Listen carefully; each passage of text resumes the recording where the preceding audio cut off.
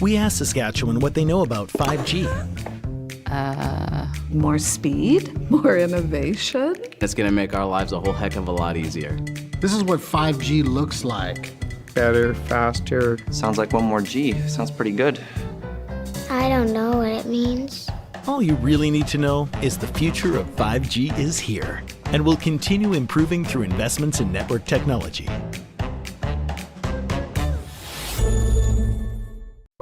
I don't remember a time when curling wasn't a part of my life. When I wasn't putting in the sweat and hard work to be the best that I can be. Clocking in the time, the effort to practice day in, day out. Curling is more than just a game. It's a family, a community. And when it's time to play, I know I'll be ready. Hardline, supporting hundreds of our next generation athletes.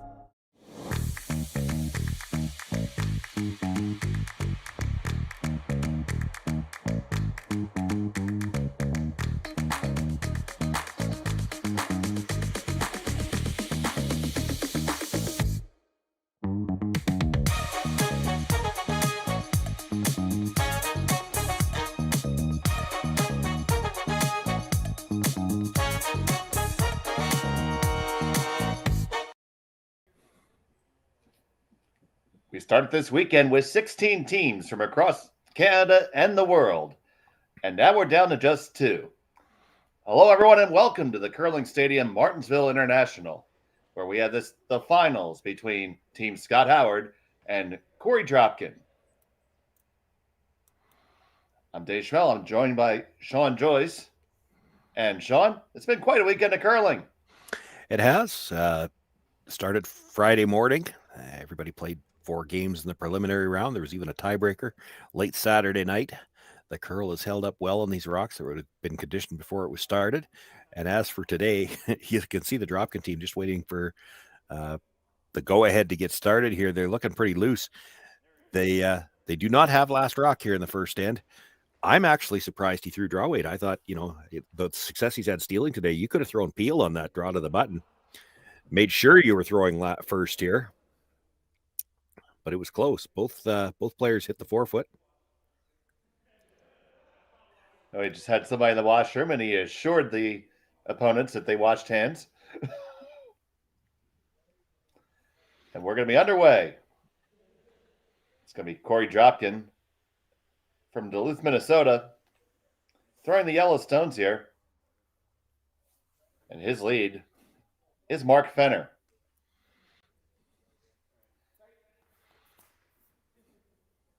Calls the first one in the rings. Special treat for Mark's grandmother. They very rarely get to see the lead's first stone in these broadcasts.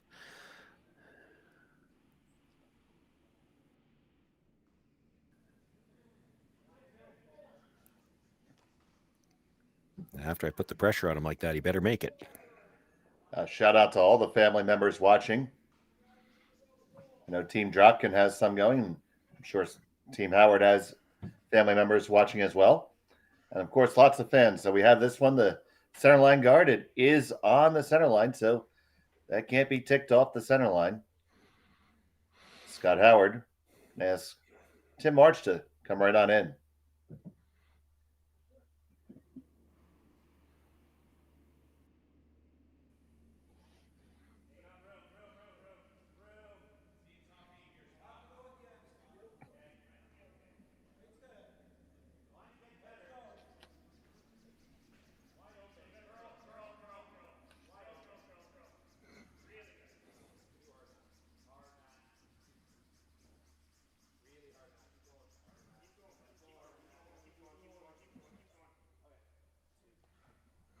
This one comes right to the top 4. Dropkin's going to go 11-5. Nice little easy weight takeout.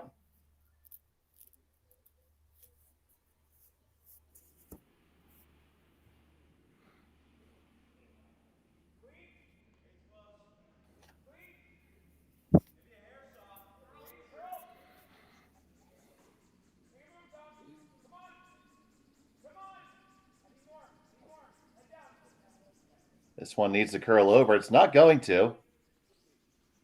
gonna slip on out of the rings.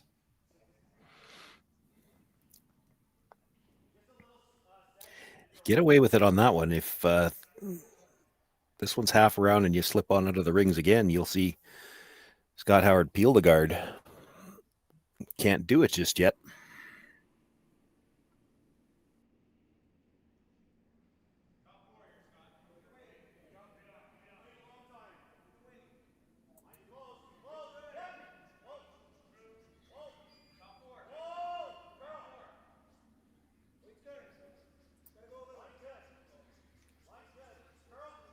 Jason and Matt Cam on the brush here. Matt finishing it off.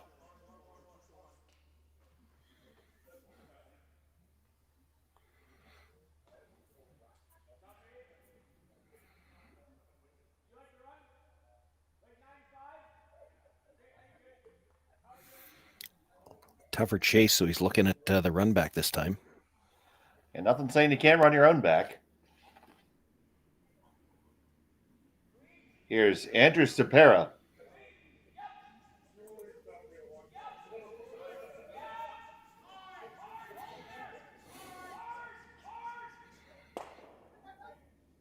Runs it just on by. Rolls to a corner guard. We'll see what Scott Howard elects to do here.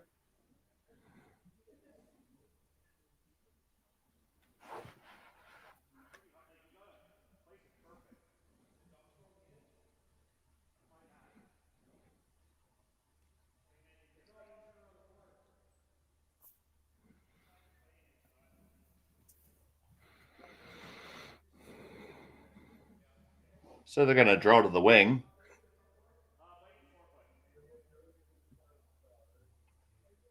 Yeah, I thought they might look at trying to draw around that guard from the wide side. The problem with coming around it from the center line side is if you ever leave a piece of it open, you might leave a double. There's not going to be a lot of room between the two reds. You go very wide to the outside. You spread the rocks out as much as you can. Try to hold a deuce. If it ends up as a blank, Scott won't be disappointed with that either. Keep last rock into the even end.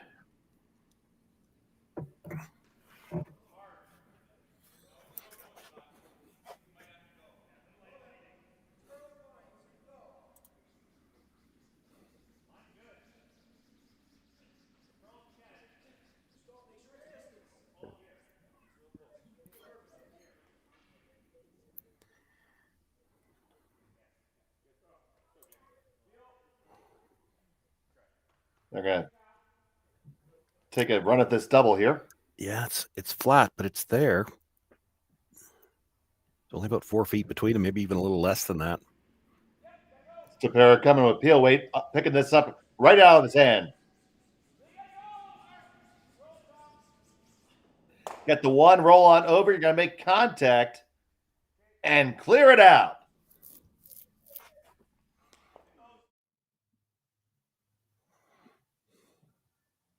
Look at that again. Just held it enough there, Shawn. Yeah, I mean, it was thick. It was always going to be thick. The saving grace here is you didn't have to move the second one very far to get it out. He moves it just far enough, puts it to the divider.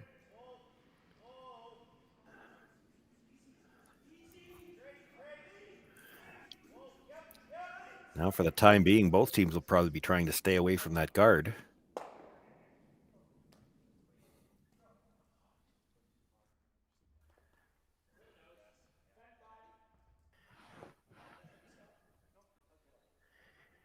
Throwing third stones for Team Dropkin is Tom Howell. Yeah, it's a long roll. It's just a little too tough, and you'd hate to roll halfway there and make it easier for your opposition. And that's true for both teams right now. But if you ever rolled out, I think you could say that for either team. You roll out, you could see a come around. It could turn into a force or a deuce. So these stones all need to stay. And it will stay very wide. As it climbs up further into the house, sooner or later, there's going to be a situation where somebody might have to roll in just to make sure they're in the rings. Could be in the next shot. If you hit this right on the nose, I don't think Korey could nose it again and be in.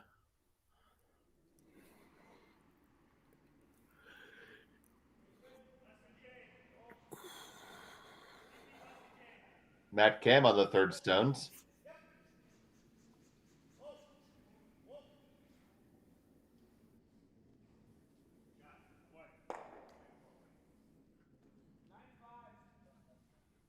And they are going to have to play the role, and they're going to take on the long one.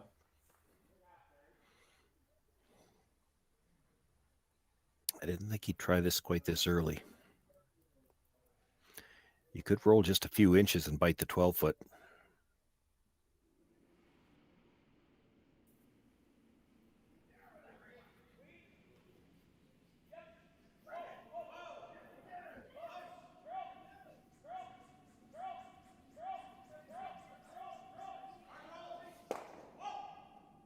This roll looks pretty darn good. Picture perfect from Tom Howe.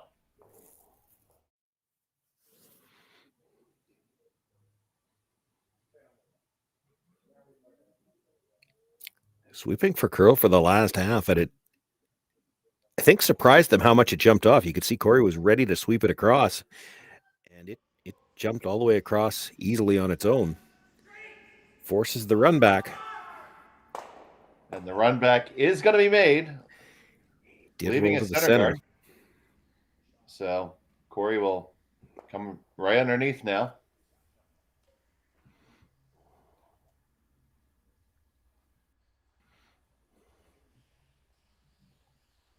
With his first to Skip, now residing in Duluth, Minnesota, originally from the Boston area. Their team is the reigning U.S. national champions. Will be representing the USA in Moose Jaw.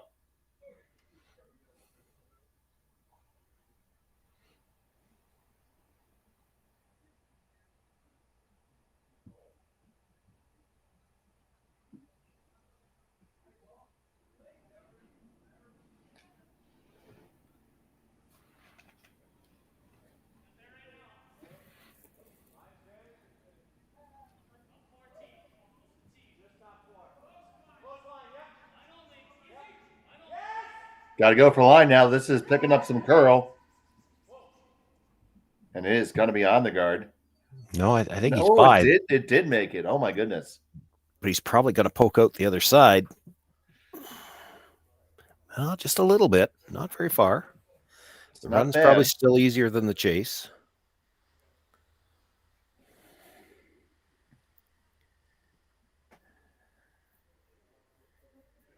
We've seen Scott Howard make so many of these hits this weekend.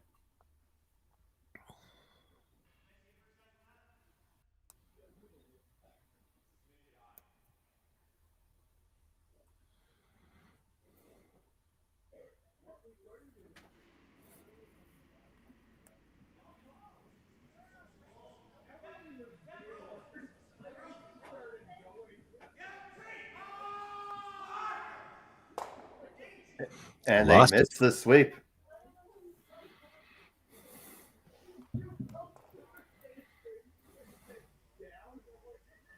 So Dropkin's going to have an opportunity in line two. It's going to leave probably a run back or a very difficult draw for Scott Howard. I told you when he didn't get the hammer, he had them right where he wanted them. Well, he's had the hammer, 3 times today? Yeah. And he scored 10 points with it, but he's stolen the start of the game in both games earlier today, the quarterfinal and the semi, and he's sitting pretty good to perhaps steal right here in the first end again.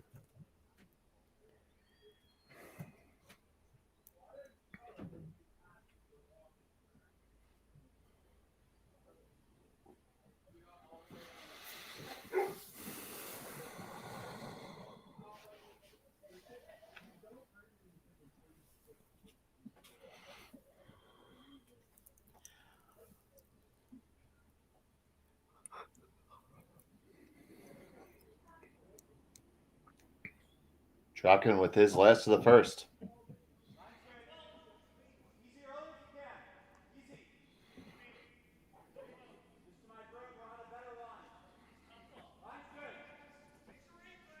Here I'm saying top 12 here.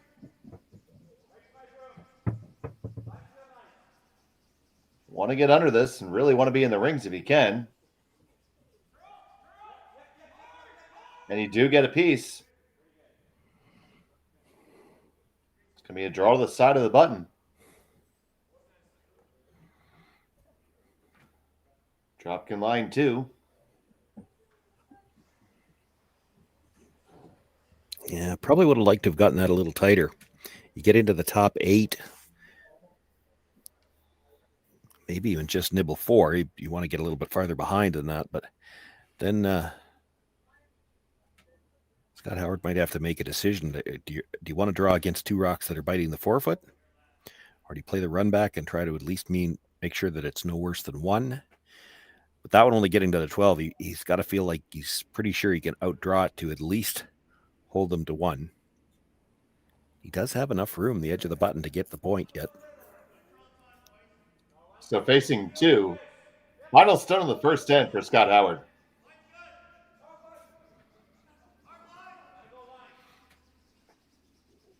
Yeah, this is going to be tight to that rock in the top of the 4. They're going for everything. They're going to get past it, but they're not going to out-count it. So it is a steal 1 for Korey Dropkin to start this game. Howard has a hammer when we come back from Martensville right after this. Handcrafted in Canada, Hardline's Ice Pad has revolutionized curling for over a decade. Engineered with top-tier precision and durability, it is backed by an unmatched 10-year warranty. Designed for curlers at all levels to sweep effortlessly with maximum efficiency, it is trusted by the world's best curlers, including Olympic and world champions. It is quite simply the best brew in the game. Hardline. Join the revolution. Saskatchewan, you know SaskTel because we're everywhere. Because being everywhere keeps us connected to you. With SaskTel sponsorships, we get to be part of your community. We're here with you, and we're here for you. It's easy to get started. All you need to do is apply. SaskTel cares. Always has, always will. To apply for sponsorship, visit sastel.com/sponsorships.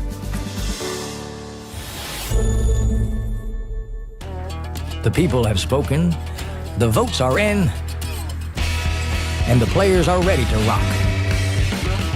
At curling's first ever All-Star event, live from Nashville, April 15th and 16th, where 13 of the world's best men's and women's curlers face off for a star-studded celebrity pro-am, a unique skills competition, and an all-star skins game you won't want to miss. Got a ticket? We'll see you in Music City. Don't have one? Better hurry. They're going fast. The 2025 TCG All-Star Game, live from Nashville, April 15th and 16th. Let's rock. Welcome back to Martensville. It's the finals of the Curling Stadium, Martensville International. Korey Dropkin got a steal in the first end. Scott Howard trying to make some noise here in the second. Dave Schmel and Shawn Joyce here with you. Thank you so much for joining us on Curling Stadium.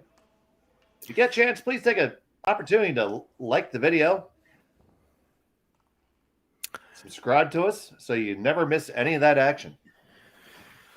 We didn't have a chance to see what they called with the first one, but whatever it was, he missed it because that was not what you wanted. You didn't want to see a rock half in the 12-foot, allowed the opportunity for the Howard team to make the nose hit. They get rid of the yellow. They stay in the free guard zone themselves.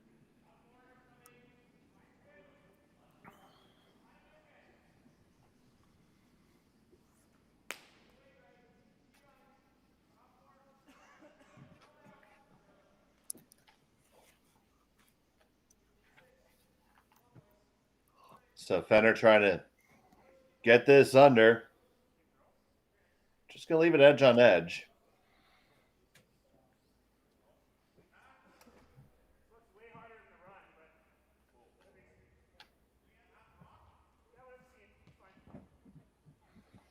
I was looking at the run too. You could make the run and roll off the center line.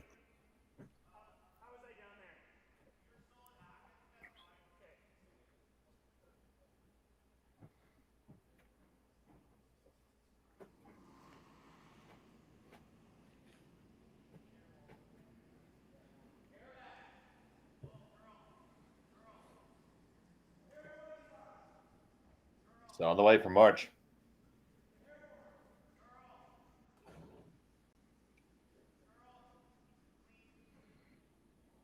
Matt Cam rolls it over, and they lie one in the wings, just a touch behind the tee line. Andrew Stapera test with the takeout. And this could be interesting because this is far enough over and far enough back that no matter what you do here, Scott Howard might make an offensive play with the next shot.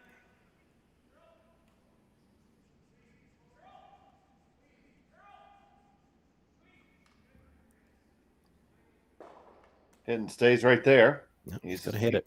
Yeah, he's just going to let it be right there. He had a couple of options if he wanted to play offense. He could have frozen to it. He could come around his own guard in the middle. I don't think he'd play the split this early.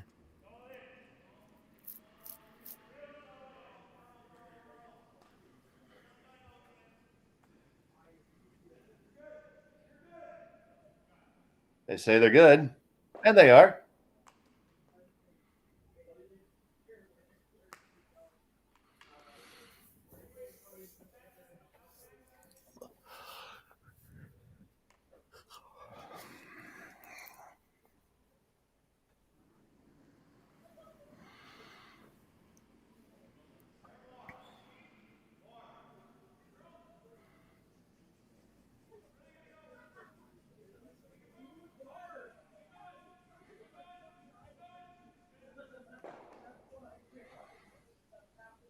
Just going to keep on exchanging hits here for the moment. Yeah, if you weren't going to play the freeze last time, you're certainly not going to do it now that it's 2 rocks in front of the tee line.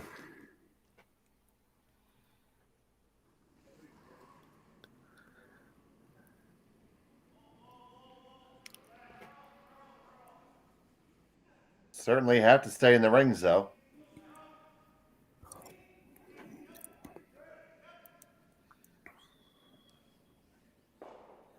And they will. And it's going to be Korey taking the first shot at it.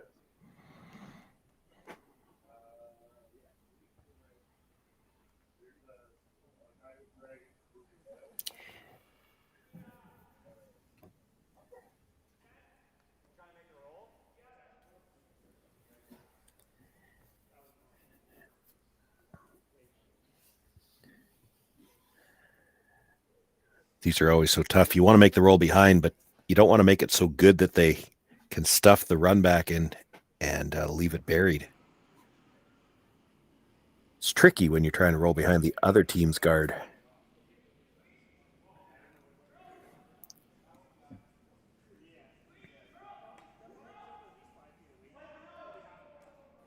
This is going to get some roll, but not enough.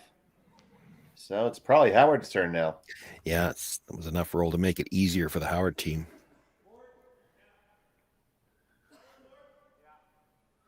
Firm board weight is the call.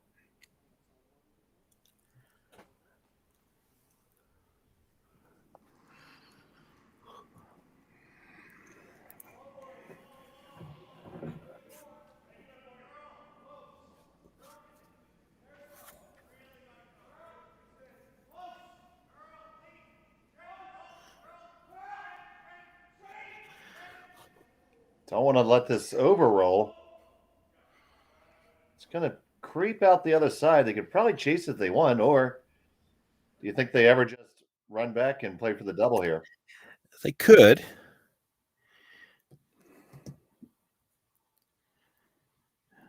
You'd love to, if you're Dropkin, you'd love to run it straight back, get the 2 reds, and leave your shooter right there on the center line. He's going to play the chase. They've been good at these today.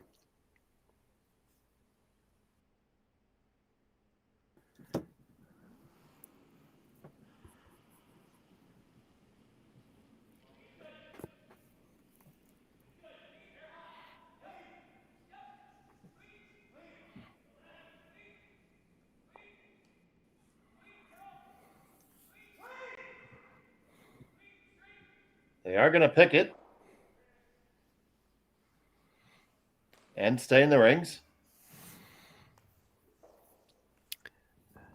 And that's far enough back now that Scott Howard can't really try to roll back behind the middle. You roll behind the middle, you're deep enough that Dropkin can freeze on top of it, and then you're liable to get forced. Or worse. Or worse. Well, it'd be deep still at that point in the time, but you'd like to keep your options open. If you hit and roll to the outside a little bit and Korey ever happened to roll out, you've still got the split available on the stone at the top. And that is just hanging on the outside. Korey's going to have to hit it.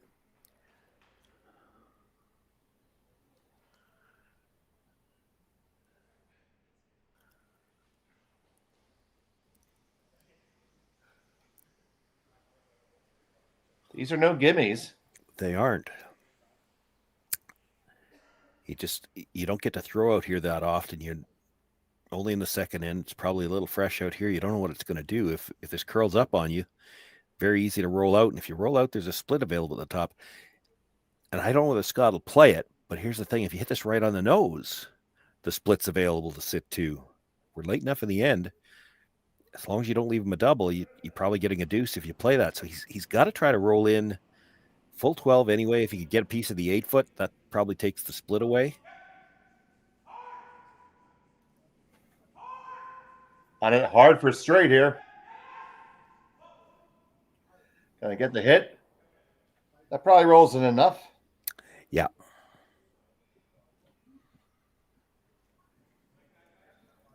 Now Scott's gonna go with the draw.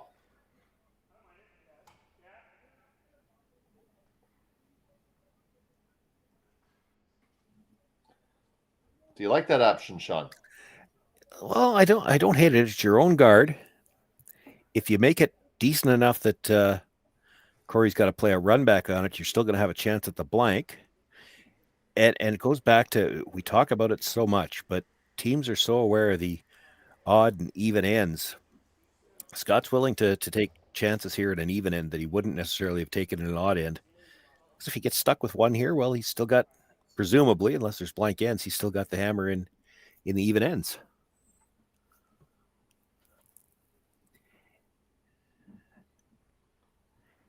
You bury this really well, and Korey's got to make a good one to stop a shot for two.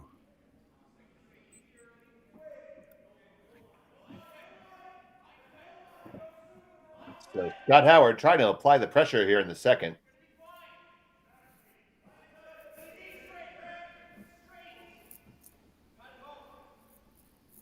Getting awfully tight to the guard. They just wicket. They did not manage that very well on the way down. And I believe that Dropkin is still shot here. He is, but it's Doesn't risky matter. to play any kind of draw and risk leaving a double for two.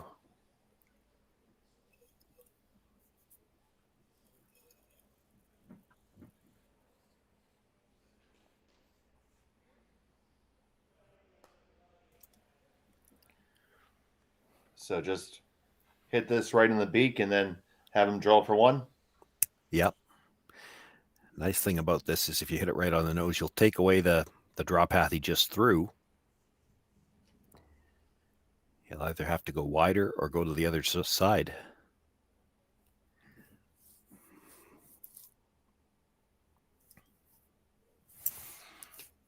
Given the choice, I do think, and I don't get a lot of chances to call Scott's game, so I don't see him a ton, but I do think, if I remember correctly, he has a preference for the intern, so you can kind of take away the intern draw here, nose hit, or even roll 2 or 3 inches to the broom side.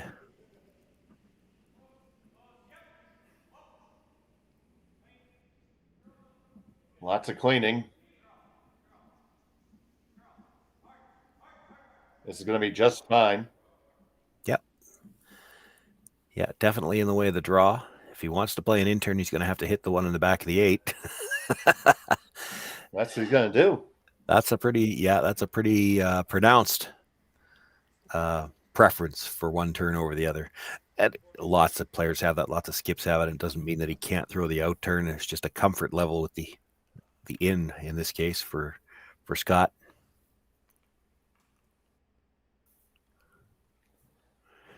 Sometimes it's the thrower's preference, and in some cases it comes down to, for instance, in this lineup, Tim March is the inside sweeper on Scott's in turn.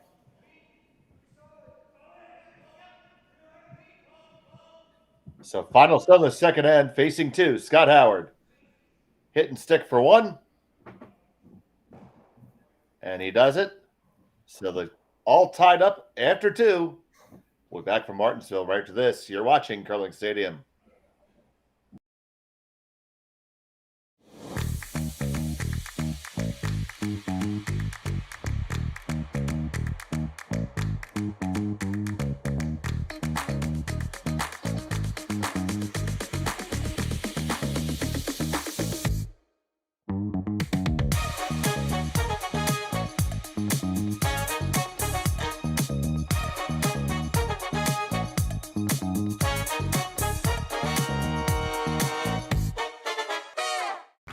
Team Homan rocks. Team Mowat rocks. But who rocks harder? On April 7th, we'll find out. Presented by Rio Mare, join us in Toronto at the Curling Group's first ever Battle of the Sexes, as world number 1 Team Homan takes on world number 1 Team Mowat in a head-to-head charity curling skins game with a twist. 8 ends, 4 rule changes, and curling like you've never seen before. Watch it live on the Grand Slam of Curling website, app, and YouTube with celebrity coaches and special guest appearances. The Curling Group's first ever Rio Mare Battle of the Sexes, April 7th, Mattamy Athletic Center in Toronto. Get your tickets now at thegrandslamofcurling.com. Let's rock!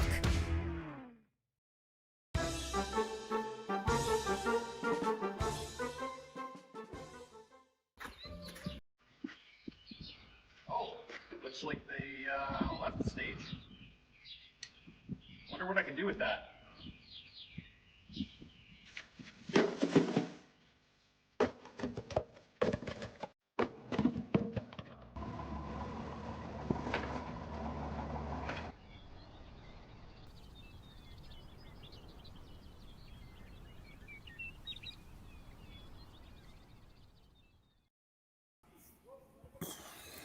We're in the third end from the finals here at the Martensville Curling Stadium International. All tied up. Korey Dropkin has the hammer here in the third. This is early for Korey to have the hammer in a game. Hasn't had it before the fifth yet today. That one from Mark Fenner came just a skosh deep. Howard wastes no time in asking for the drawdown. You say that all the time. I'm feeling like I need a definition. How do you spell that so I can look it up? Skosh. All righty.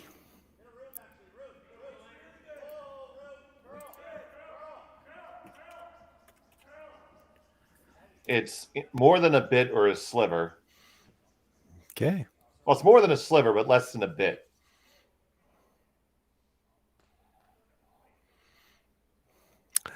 And then you have to worry. Then you have to worry, Shawn, whether it's an imperial skosh or a metric skosh, because they're two different things. Well, the dictionary definition that came up on the Google search just says it's a small amount, a little, and then it gives the example. The car could do with a skosh more room in the back. And the first thing that came to my mind is things you can say about your car that you can't say about your girlfriend.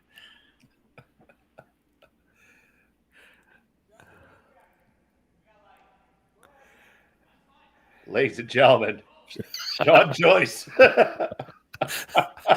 I've been watching too many the Who's Line and Is It Anyway clips lately. I just feel vindicated. It's in the dictionary. It didn't have your picture beside it, if that's what you were expecting. Oh, they're trying to sell the book.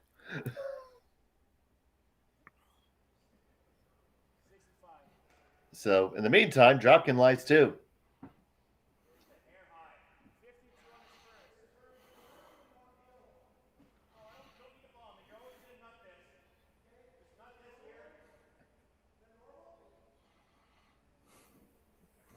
Yeah, not going to be able to make the double on the yellows just because of the angle everything is at. So he's looking to jam the red onto the yellow jam the yellow onto the yellow at the back. Doesn't want to roll it over. He wouldn't want to put it in front of his own.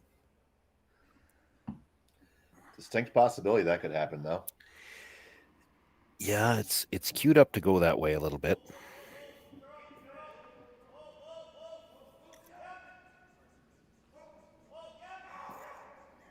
Marchie's on this hard. Push it back, onto it, and dead stuff it exactly as called and made.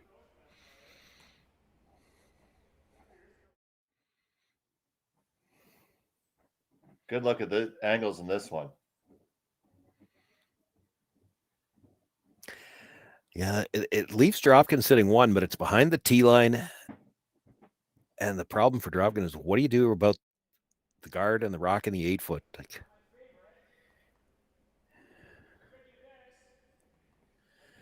then he's freezing.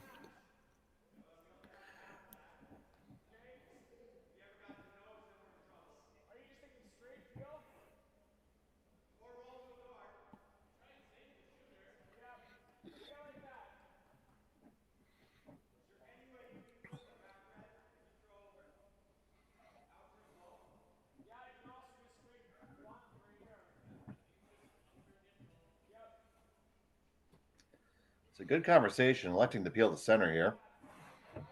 Probably looking to work their way back to a blank end if they can. Well, yeah, I think part of the conversation is they want to keep the shooter for a corner guard. Just not sure whether they're planning to make contact with anything in the rings or not.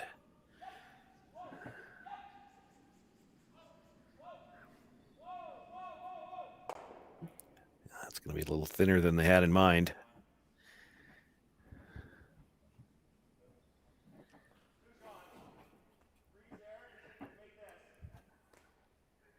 Yeah, I'm going to argue there's 3 shots then. If they peeled the guard, maybe you should put it back.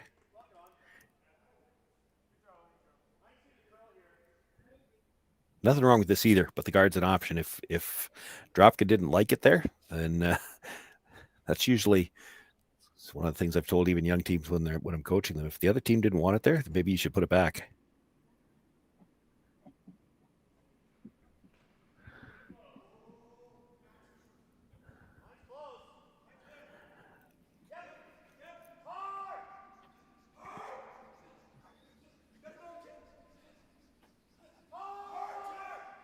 You got to go. Got to drag it.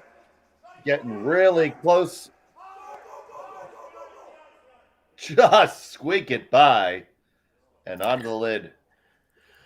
Well, if you knew you could make it that well, that's what you'd play for sure. He got across the face of the yellow, which means all the smash opportunities aren't going to work so well for Korey. You know, if that stays queued up that much on the other side of the yellow, he could just smash this and make maybe 3 rocks go away, maybe even all 4. Right now, I don't see how he's killing more than 1 red, and he's going to lose the yellow likely to do it. I guess he could play the double on the reds the other way, but then you're going to see a guard go up. He's got to deal with that stone on the button right here. Looks like he's okay with losing his yellow. Well, he better be, because that stone on the button needs to move, and he's not saving his own at the back of the 4.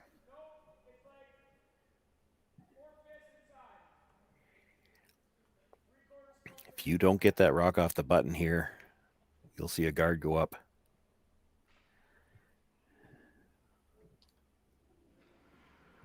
So here's Stopera.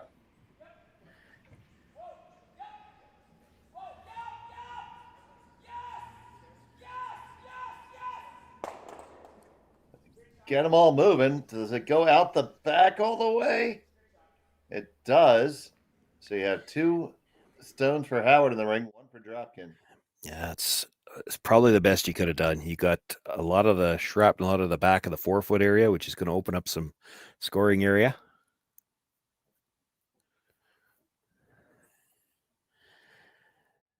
Kind of a bonus to touch the 3rd red, because it moved it back maybe close to another foot. So even after this is made, there's going to be nothing better than full 8 foot.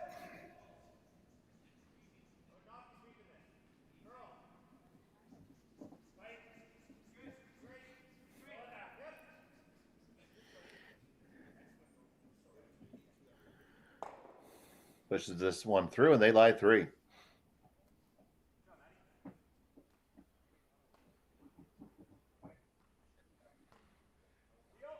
Now you're going to see Korey Dropkin try to find his way to a blank.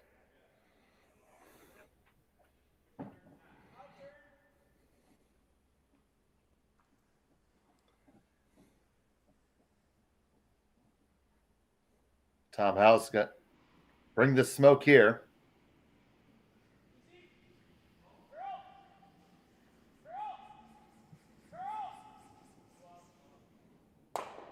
Gonna get the one, get the other one. Does it get all the way out? No, it stays there. Didn't leave it in a terrible spot, though. He could play a freeze to that later on. Scott knows that. He doesn't really have a good setup for any kind of an offensive opportunity.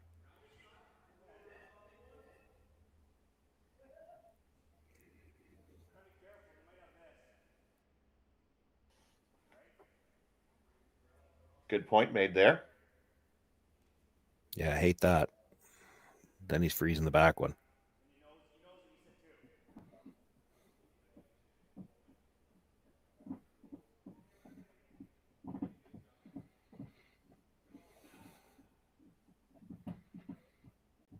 How about that, Shawn? You like that?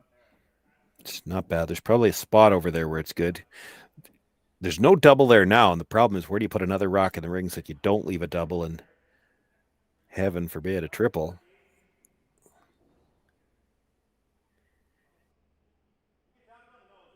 I mean, there's a chance that he's freezing that back one here no matter what you do, unless you get a bite of the 8-foot here, and if you're anywhere in the 8-foot, he's probably leaving a double.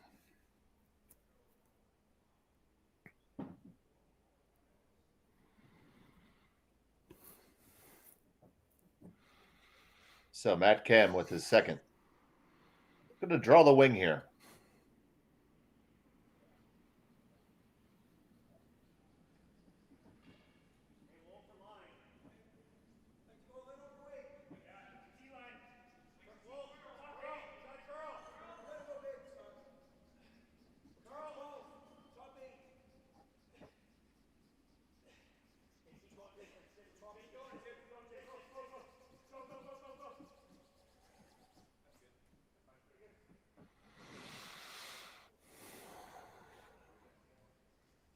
Is that a safe spot? Well, no. I mean, it might be okay, but there's choices for doubles. He's got the long one that he's looking at all the way across.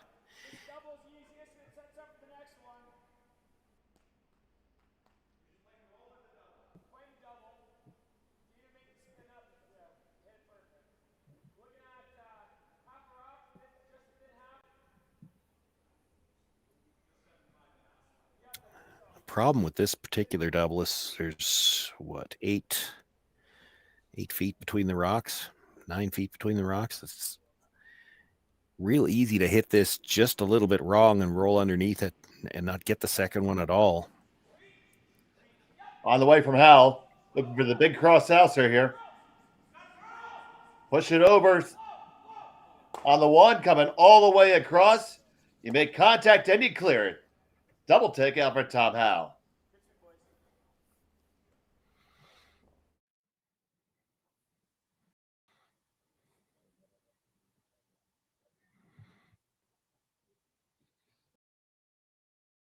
Okay, that's one double. Now you're going to need one more to get to the blank. You only got 2 stones left, and you're probably not playing a double for the blank with your last one, so you pretty much need it on the next shot. Scott signaled he was going to try to roll a foot to the inside. I think you're better off with the nose hit. You start rolling towards the center line, and you probably make the angle for the slash a little better. This deep in the house, to play the in-off double off the one at the top of the house, it's really thin.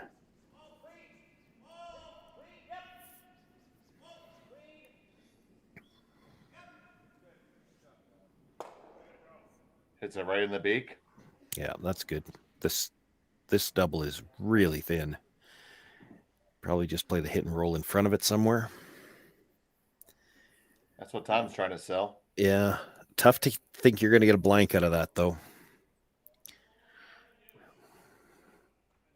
The only way you get a blank out of that is if you can entice Scott Howard to hit it and roll out.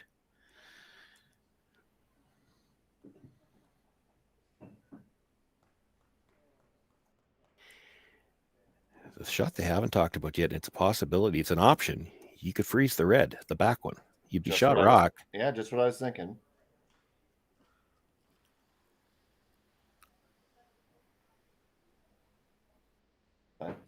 You get blinders on sometimes. They've been thinking about double after double after double to get out of it.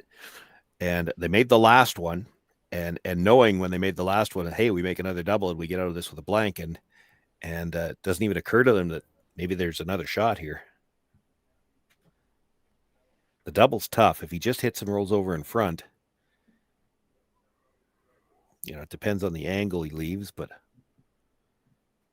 Scott will definitely have a way to get it out and stay. He can make it very tough.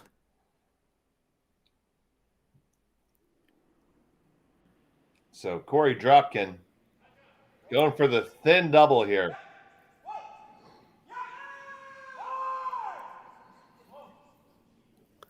The problem with the thin double, too much of it. You hit it thick and you roll all the way across and out of play.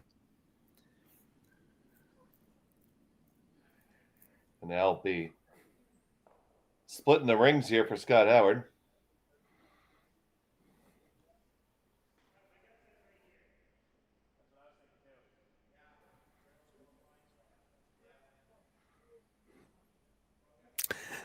This is where you'd like to know where that magical line is.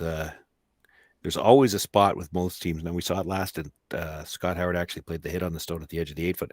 But there's always a spot where if you put it, Korey has to make a decision. Well, am I hitting that or am I drawing? And if you knew where that spot was, if you were Scott Howard, you'd put it exactly on that line and at least force him to think about two shots.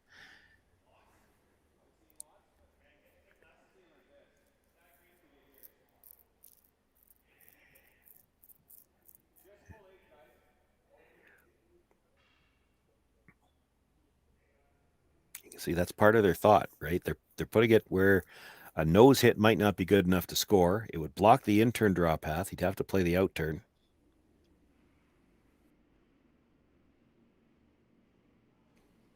Final stone from Scott Howard.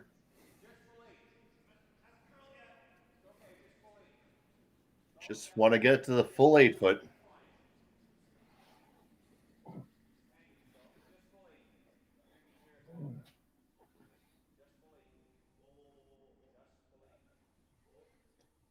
This is sliding on them a little bit. Yeah. Yeah, they crossed that line. It's a hit now. He's going to give it a shot.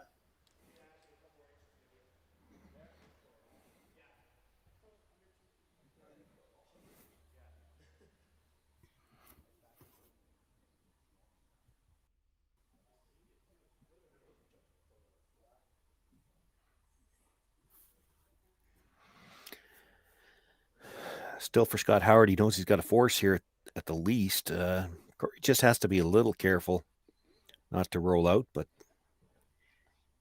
they throw these quiet and they manage them very well on the way down the sheet.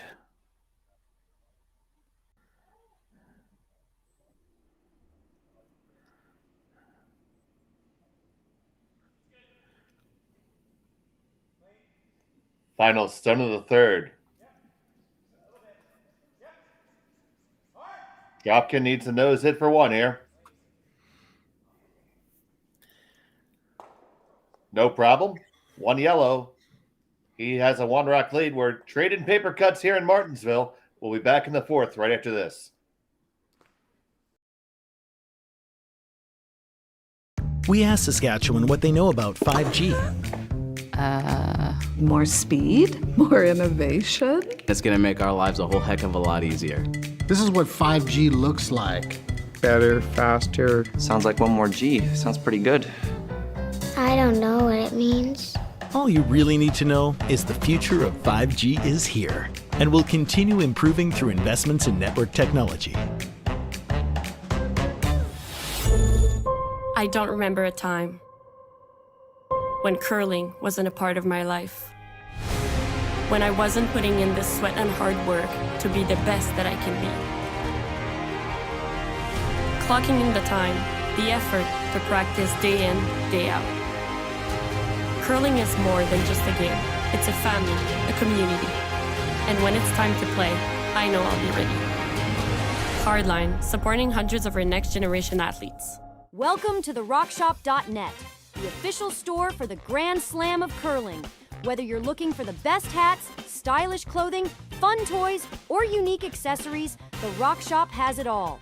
Shop online anytime at therockshop.net for exclusive Grand Slam of curling gear, or come see us in person at your next event. Therockshop.net, where fans find their favorite curling gear. Stronger agronomics, better returns, greater peace of mind from pre-seed to post-harvest. You can count on the Victory Canola program to keep you and your farm ahead of the curve. Grow with us at victorycanola.com.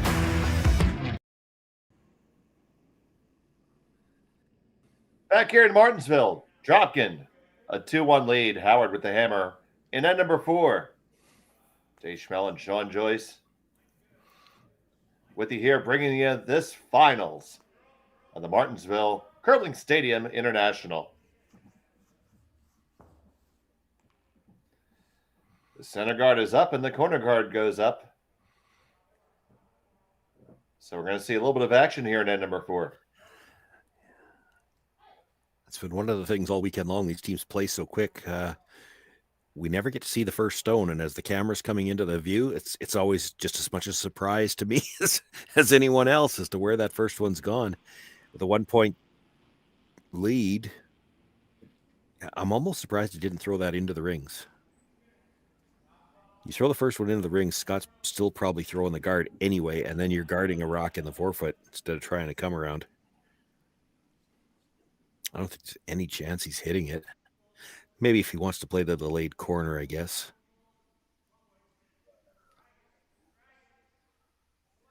Well, the draw is made quite well. About half a rock exposed, but Howard's going to draw in. Not getting too deep involved, just using one guard. Yeah. If that stone was, biting top button, he might play a freeze to it. It's up high enough in the rings. He's not really worried about that. This is your chance to use the corner.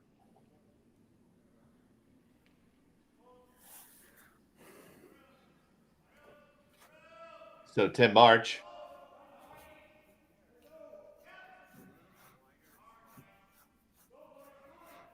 The Cam boys trying to work it in.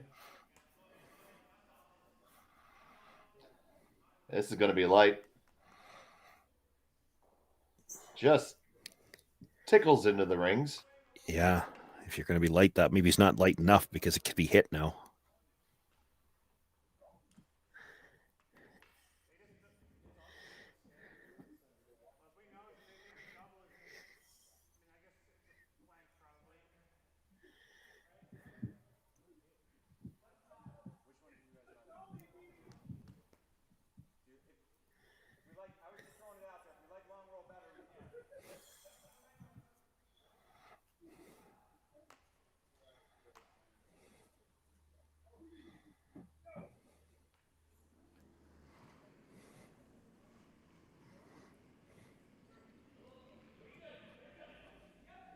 Stepera just looking to nose this one.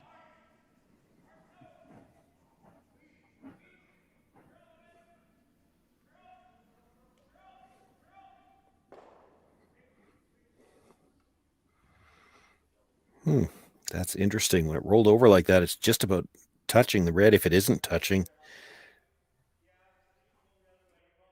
Yeah, it's side frozen. Now you can do some interesting things with that later. You could, or you could deal with it right now, which I'd be tempted not to. But if they're going to try to make the double on the yellows in the middle, the shooter's probably coming over and disturbing those two.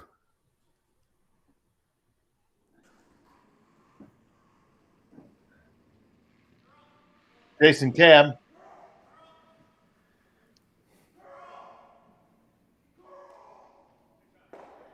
It's the two in the rings out. Yeah, they were playing it straight back all the way. I thought he was playing it over the top, to be honest.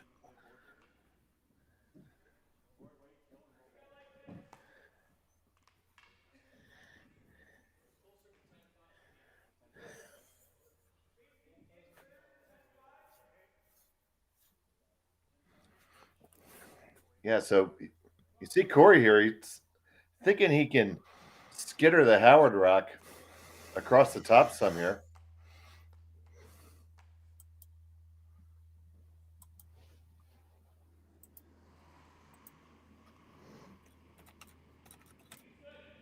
Nifty shot if you make it.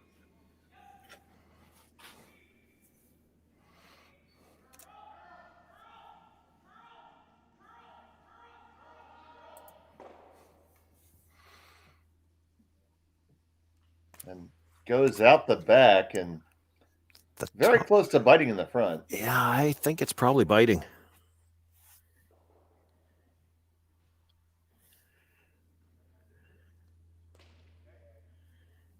They're going to address it.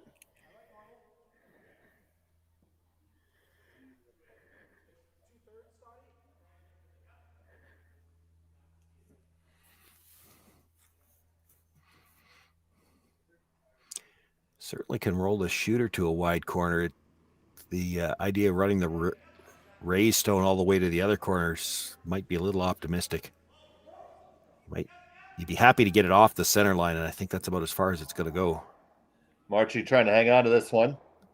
Just pushes it straight back, and now you have a stagger there that Dropkin can come under. Yeah.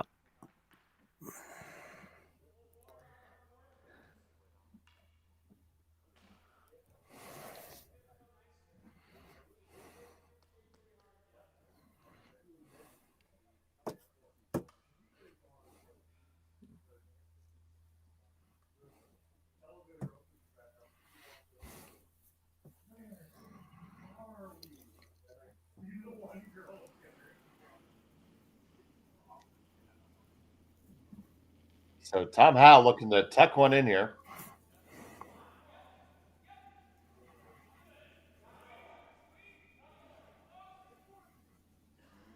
Top four is ideal. Now they're standing straight up. Back four, not so much. And back eight's even worse.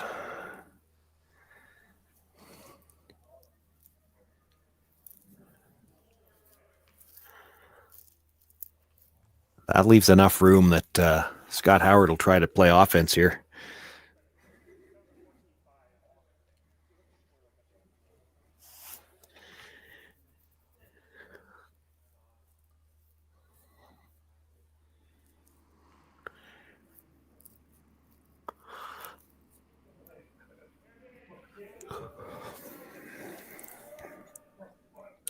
Little big is not what they wanted to hear.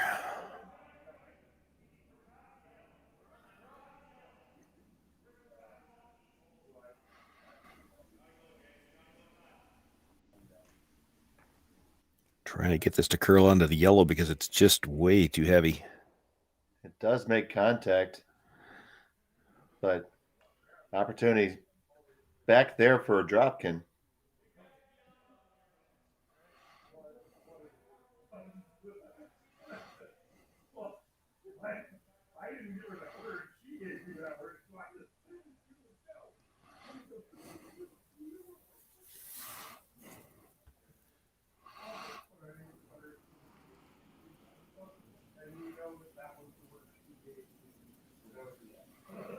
Second stone from Howell.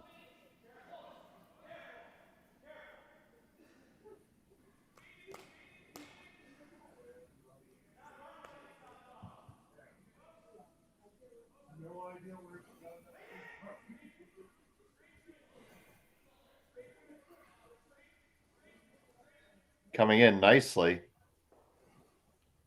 A little bump, but still pretty good.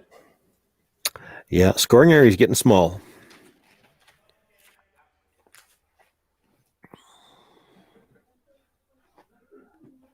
The thing about this shot is there's probably enough room for Dropkin to follow it down and take the end away. Well, if he's all the way back to it, he doesn't have to be. You know, it's a staggered guard.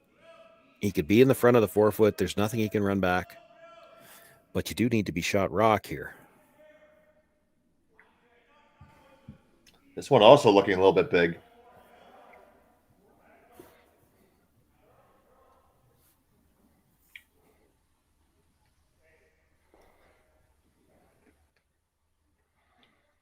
Well, there's room for another for sure.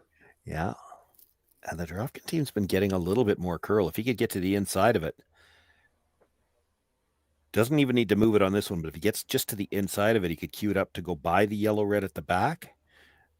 That makes it a little scary for Scott Howard to throw any kind of weight. He'd probably have to play the out-turn draw. That might be all he has.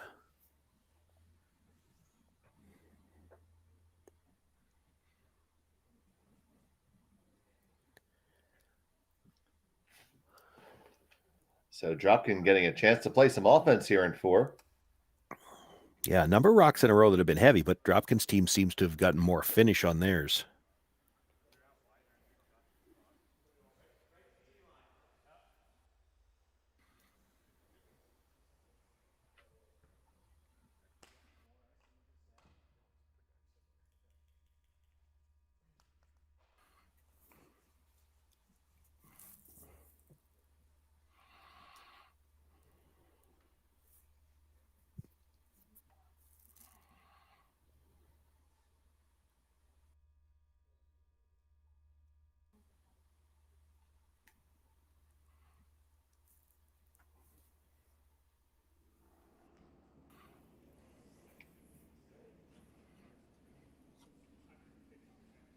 First of 2 for the U.S. skip.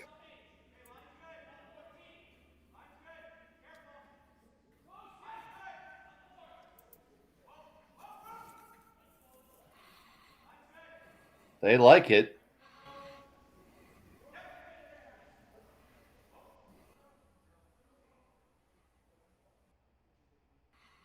Well, didn't get the finish on that one.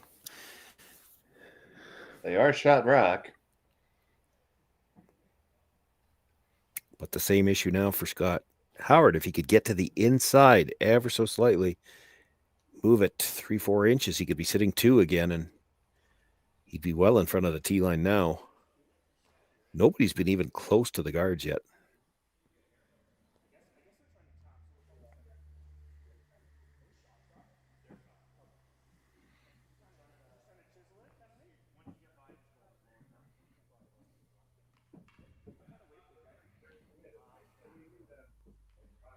And I'm saying back 4 weight.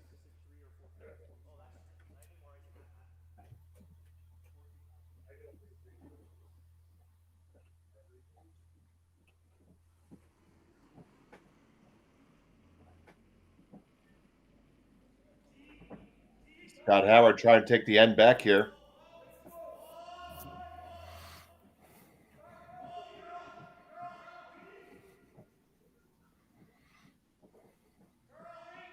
All about the curl now.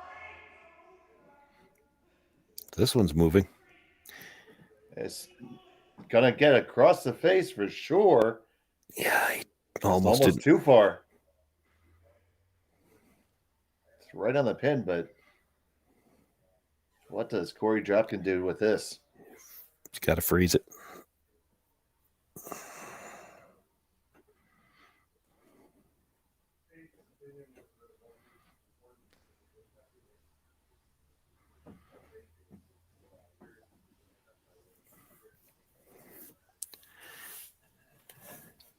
You'd love to move it, but they haven't had one that even been close to the guard yet, and it's scary to throw the weight. Look at how much it's overburied on the wider guard.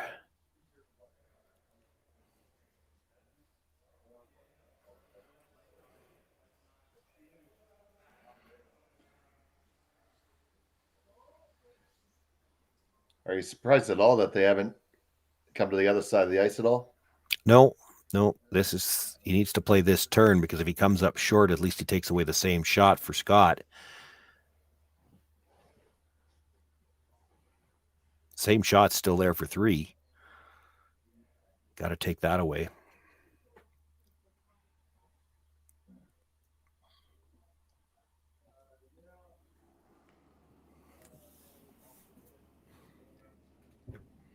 Last of the 4th for Dropkin.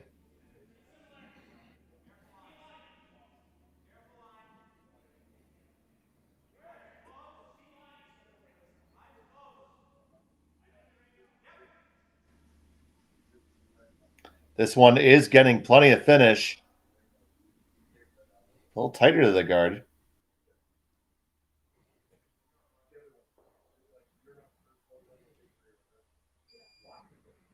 Is that good enough?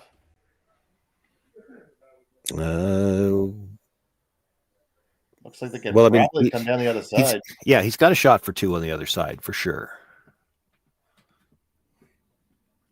So, I'm not going to be able to tell you if it's good enough till we see where Scott ends up. But he doesn't have a ton of room. He could get to his own. I have to think he could probably rub off his own a little bit too, because he's going to be spinning into the button area. He needs a bite of the button. Any bite of the button. Now, we haven't seen a draw down this side in at least 10 minutes. Got to make sure you had the weight correct.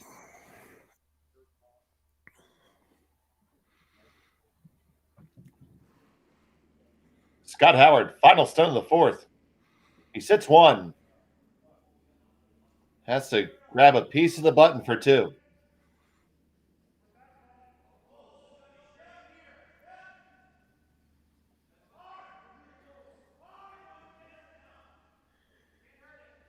He can make contact with his own stone. There's nowhere for it to go. If it's heavy at all. Is this going to wick off? Yeah, see if it's... No, it's just good enough. And Scott Howard gets his 2 to take a 3-2 lead after 4. Dropkin will have the hammer when we return right after this. Handcrafted in Canada, Hardline's Ice Pad has revolutionized curling for over a decade. Engineered with top-tier precision and durability, it is backed by an unmatched 10-year warranty. Designed for curlers at all levels to sweep effortlessly with maximum efficiency, it is trusted by the world's best curlers, including Olympic and world champions. It is quite simply the best broom in the game. Hardline. Join the revolution. SaskTel Be Kind Online wants to stop cyberbullying. Want in on the action? We award up to $1,000 for youth initiatives that help spread kindness and prevent bullying. What great idea do you have to help stop bullying? SaskTel can help. Go to BeKindOnline.com and apply for a grant today.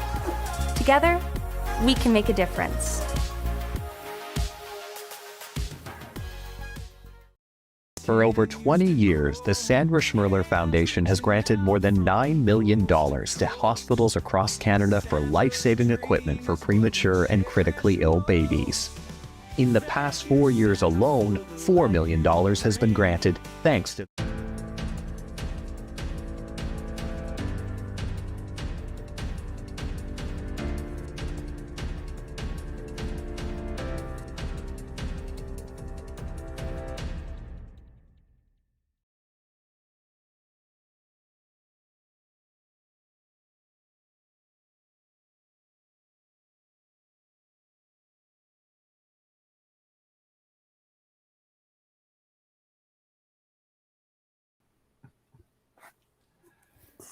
Back in Martensville, it's end number 5, Scott Howard.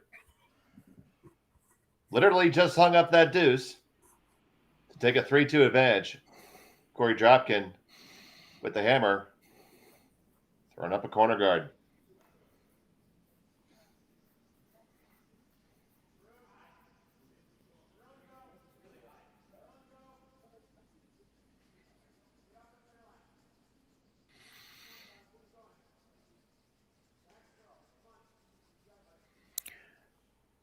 Well, that is a long corner.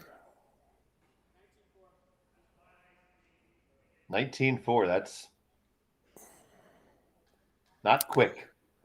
Well, and we didn't see the call. Is there any chance they're thinking about 2 corners? And if they weren't before, are they now? I think you have to think about it now. Yeah. It'd be unusual to make that decision in an odd end. I might want to work back to a blank then after this.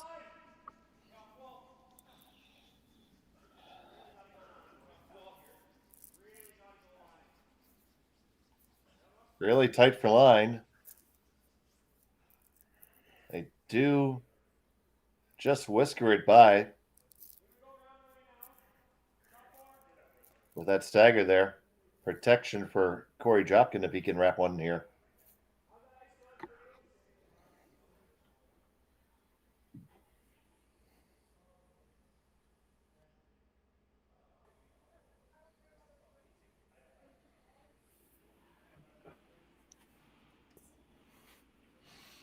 Mark Fenner on the come around.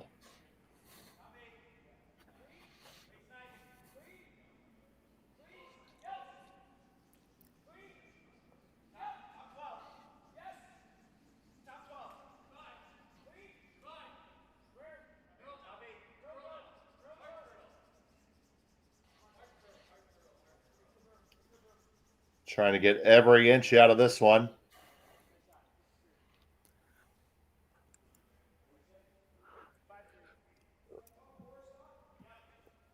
Howard will freeze on down to it.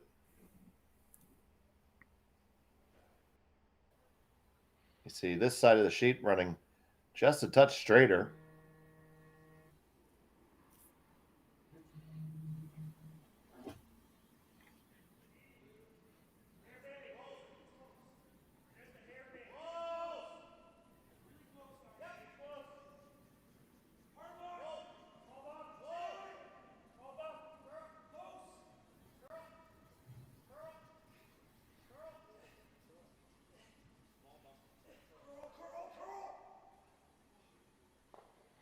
This one bumps and Dropkin stone in, and here they're not too happy about that one. No, it's not the bump in as much as the roll into the open that's got them a little bothered now. You make the roll underneath. The fact that those two are staggered up front is a problem for Scott Howard.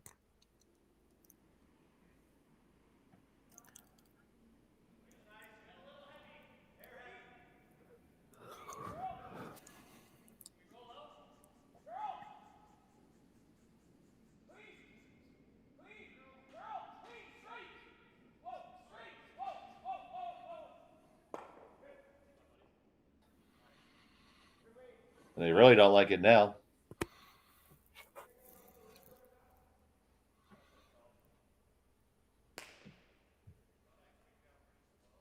As evidenced. Yeah, well, the question is, what do you do about those reds? You hate to blast them. Yeah, I don't think that's ever going straight back.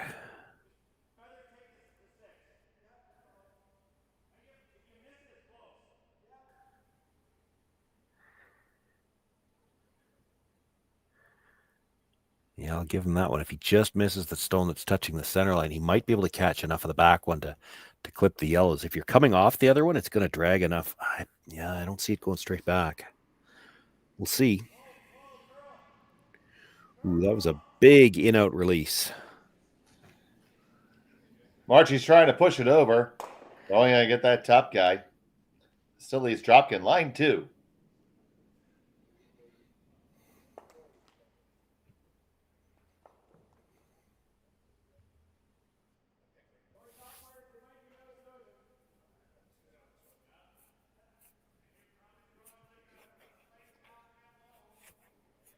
You like him underneath the corner? No. I didn't think you would.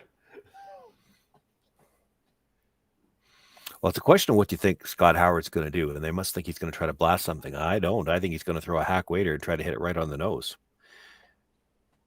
And then this rock on the corner is not going to do you any good.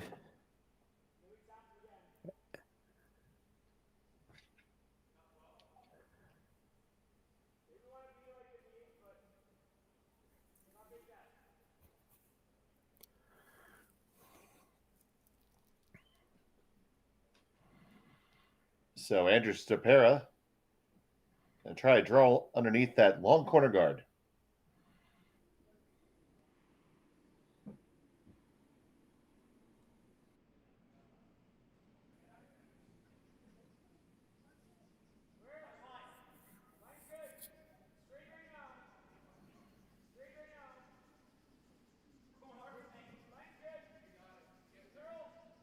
Got to get past the guard first. You do. It's going to stick out the other side, I think. That won't matter. That'll be fine.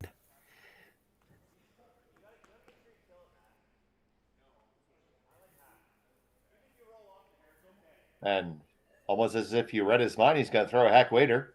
Yeah. Well, you stay frozen on it. If you get tight to that guard, with the hack weight, they can get a little bit of finish as well.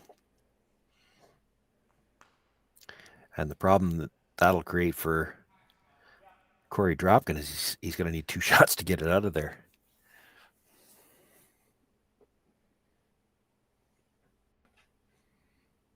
So Matt Cam with a key shot at this end coming up.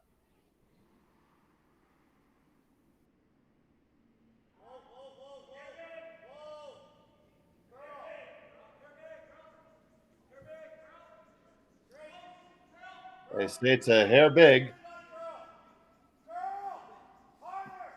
March trying to drag it over there. They're not going to get up to the nose. I think there's room for Dropkin to pick that. Oh, yeah, for sure. Take the long roll. And now we're talking about 3.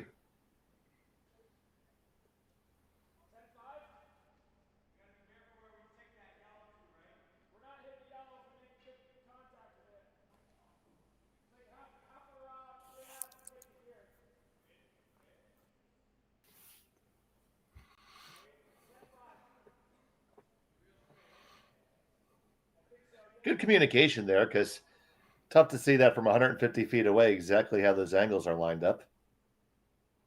Very important the shooter believes in the shot. Tom Howe.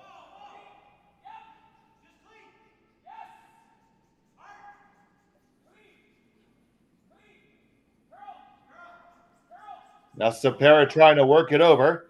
Going to get the hit, roll it all the way over and all the way behind, and probably a little spin back at the end. Great shot by Tom Howe.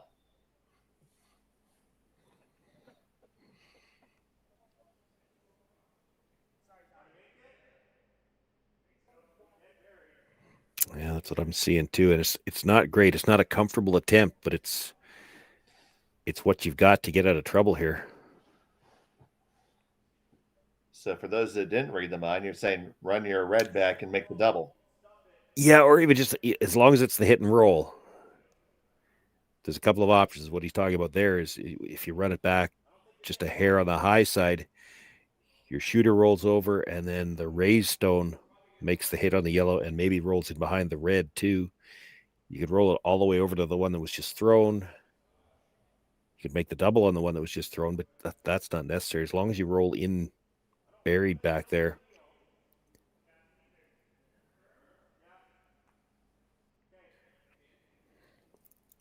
Well, they're definitely going for the bigger shot here.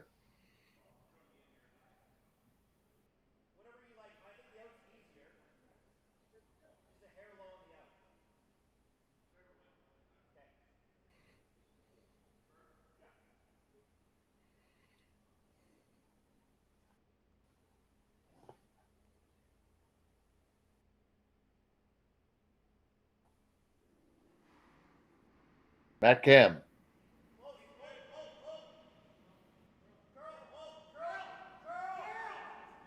This needs to move. Get the one and kick it right by, and that is not good.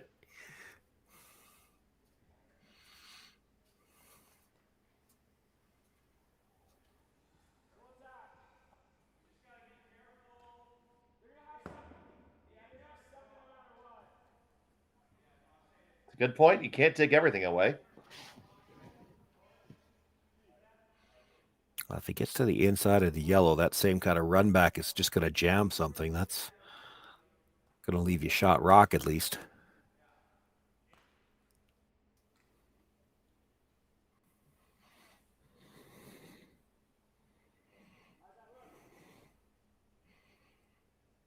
There's no in-turn draw because of where the corner guard is.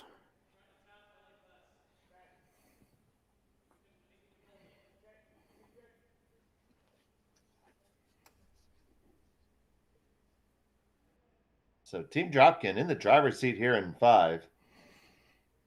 Trying to make sure they stay there.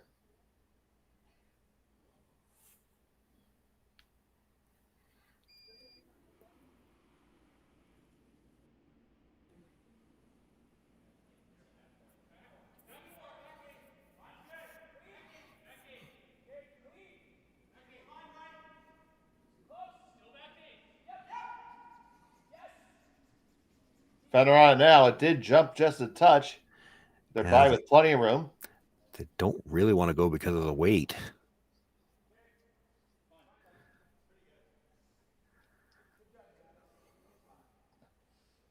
Does Scott ever take on that out-turn draw? Well, they talked about it, and he could. It's not easy.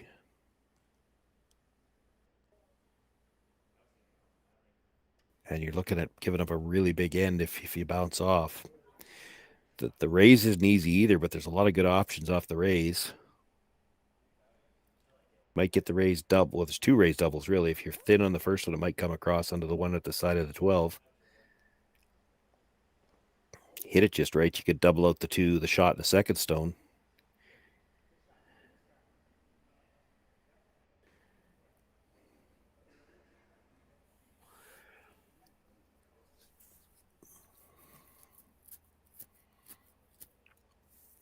Looks like they're making the same attempt. The out turn, try to hit it just a sliver low.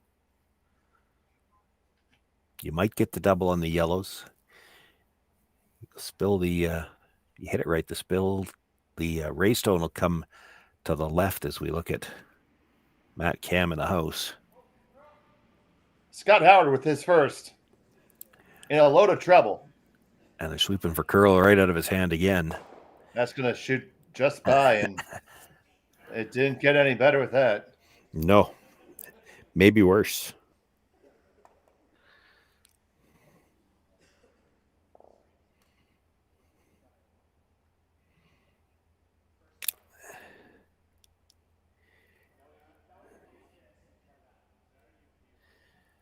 So you see that first indication to draw to the top four.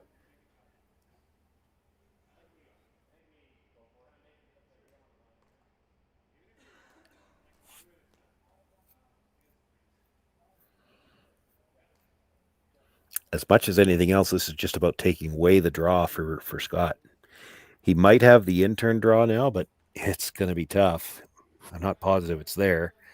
He'll probably chisel off the yellow that's mostly behind cover and try to roll over into the side, and that's just to hold him to probably a shot for three.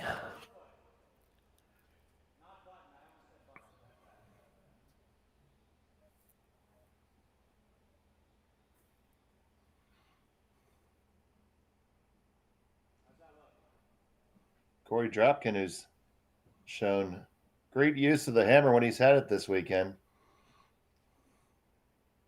has a good chance to do that here.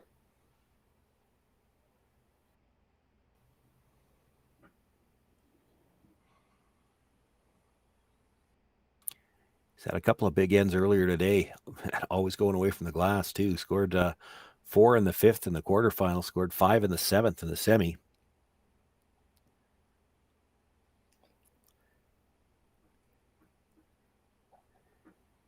If he puts the draw in a good spot here where Scott Howard has to try some draw on the other end, he could be a shot for 6 this end if Scott doesn't have anything he can hit.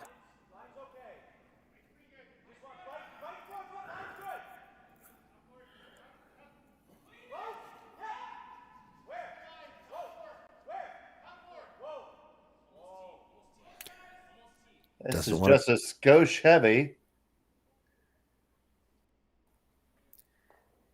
That's pretty good. I think he gets away with that. Yeah, there's no world that you're going to make that go away, I don't think. Well, you're not going to make it go away. I mean, Scott might be able to get to it and move the back one enough that Scott's second shot. That's probably the best he can hope for. But it's scary because if you're trying to throw enough weight to move anything and you roll off at all, it is a shot for 6, and you're probably shaking hands.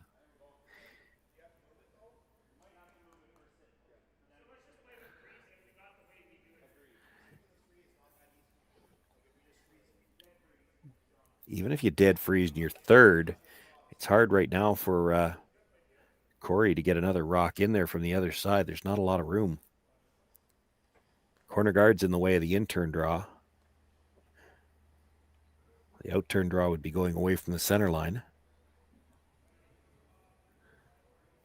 Could he use maybe Scott's red rock to shove it off? Well, I mean, it really depends where Scott's ends up. Oh, for sure. But this shot has to be made well, or it's not going to look good for Team Howard.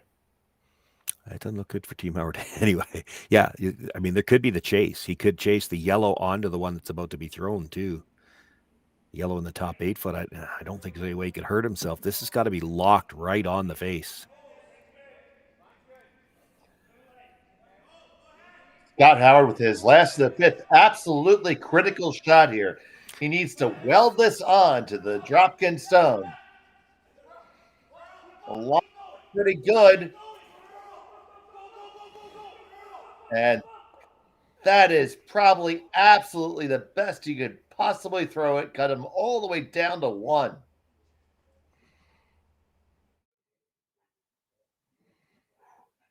Thomas Howell's first thought was to blast it. That might be for, well, I think if you blast it, it looks like the red's going straight sideways into the yellow on the edge of the 12. You could run red onto yellow onto red. There's ways that could go really wrong.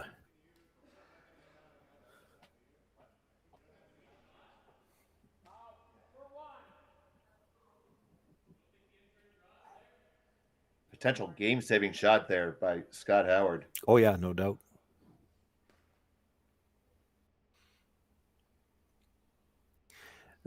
The big blast hitting it on the outside is probably there, but I have a feeling it's only for 2 because it looks like the red would go all the way across dead into that yellow at the side of the 12. You're going to lose your shooter. You're going to lose the back yellow. It might spin enough up a little bit. It might.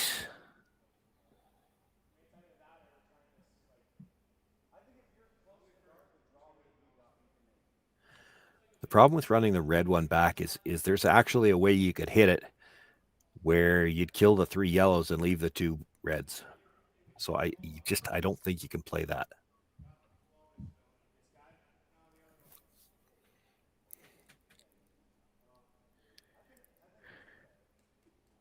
Just going to draw. So that's a huge victory for Scott Howard. Well, I'm not 100% sure the draw's there, but they're going to try it. It doesn't look great, with that long corner guard. By the time you're by that, you've got to get by the stone in the top of the 8. Now, you might be able to rub off of it and get a piece of the 4 foot on the other side for 2.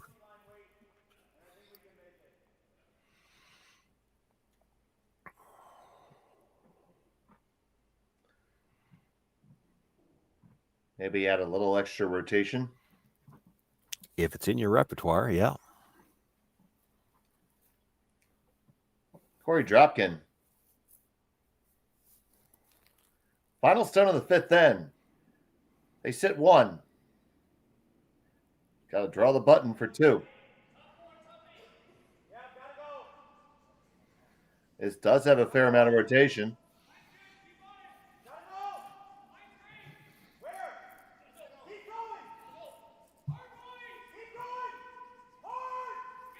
Got to get past the second one. It's going to be really close to that guy. Can they drag it across? Doesn't have the weight. Does not have the weight. And it'll be a single point for Korey Dropkin. And an absolute game-saving draw there by Scott Howard. We're all tied up at 3. We'll be back from Martensville right to this. You're watching Curling Stadium. The people have spoken. The votes are in. And the players are ready to rock. At curling's first ever All-Star event, live from Nashville, April 15th and 16th, where 13 of the world's best men's and women's curlers face off for a star-studded celebrity pro-am, a unique skills competition, and an all-star skins game you won't want to miss. Got a ticket? We'll see you in Music City. Don't have one? Better hurry. They're going fast. The 2025 TCG All-Star Game, live from Nashville, April 15th and 16th. Let's rock.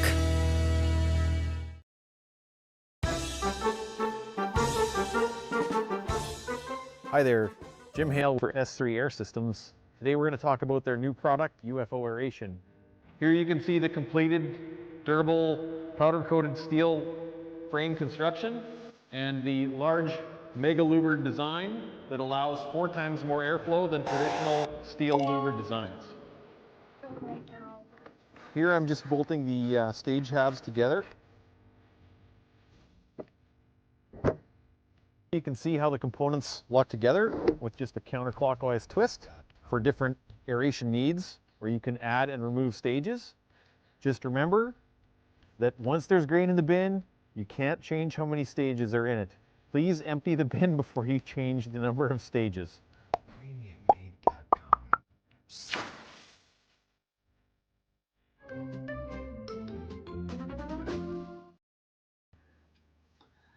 Back here, end number 6 of a tied-up affair between Scott Howard and Korey Dropkin.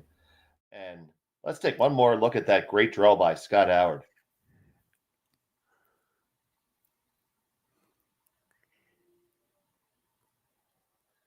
An absolute game saver there, Shawn. Yeah, and that little tap, I was trying to get a quick look at that. I think he needed it. I think he needed to move that last little bit to get second shot. If he just comes to the nose, the line that he did, I think it's still too yellow. So critical that he actually had that weight to tap it back a couple of inches. And amazing that he still got the girl. And we were thinking we might have been looking at handshakes, and now Scott Howard has the advantage with the even end hammer.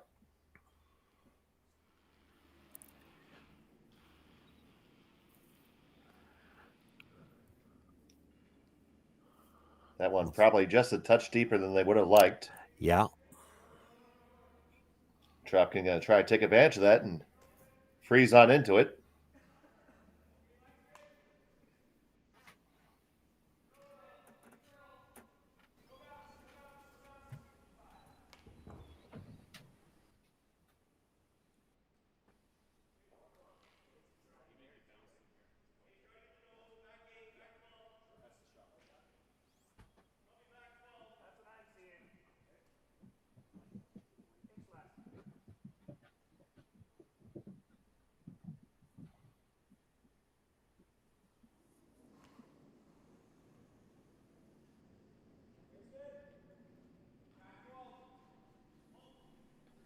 Your back 12 weight called.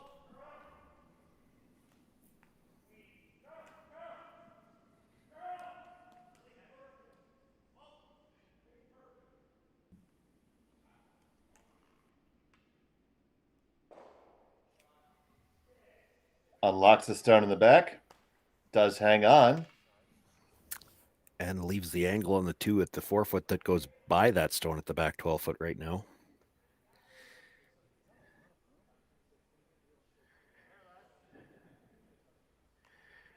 Without saying it, Korey calling down saying, you see what you just saw there? Try to do the same thing.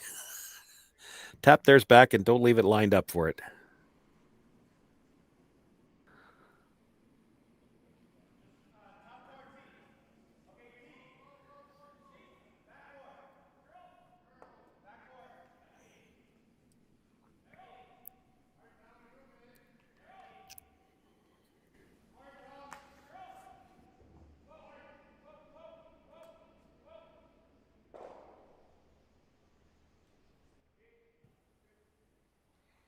Not bad. Yeah, he did leave it still lined up to the back one, but he's got the top 2 lined up well enough that Scott can't get to the inside of it just yet, I don't think.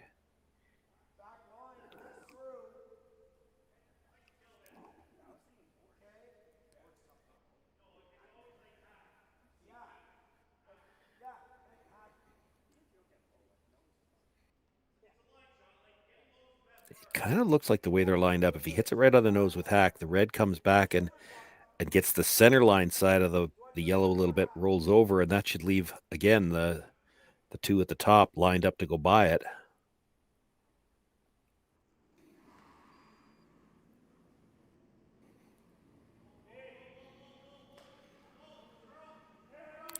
He's had a couple of in-out releases on this, going this direction, and he's got to get to the nose here.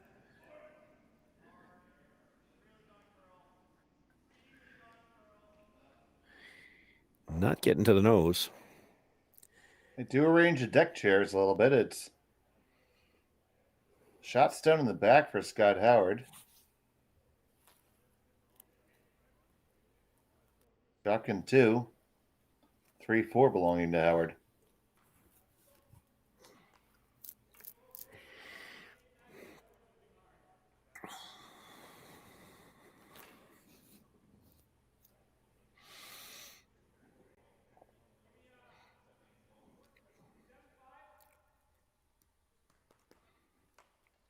Wow, this is a lot of weight. The shot that he's looking for would be a little easier if the red was just a little bit higher. 7-5, a pretty firm peel weight. It's because he needs to roll so flat. Yeah, I was never sure that was there. I don't think the red was high enough. So now he's left the nose hit double on the yellows. Sit 3. You can hit it nose, you can hit anywhere on the high side as well and roll away, but then I think you leave the freeze. He is looking for a little roll away. I'd be tempted to hit it right on the nose.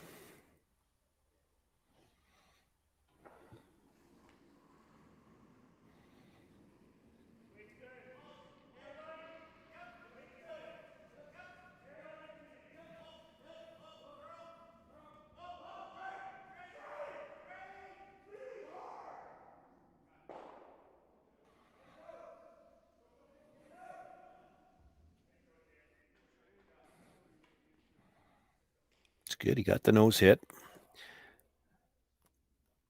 Might be a triple available on the red.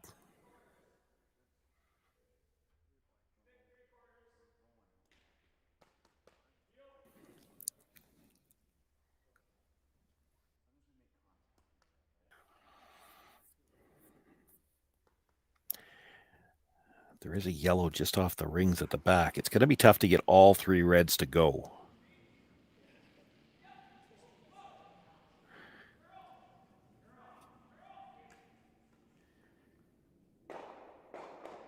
Makes contact with them all, but jammed one.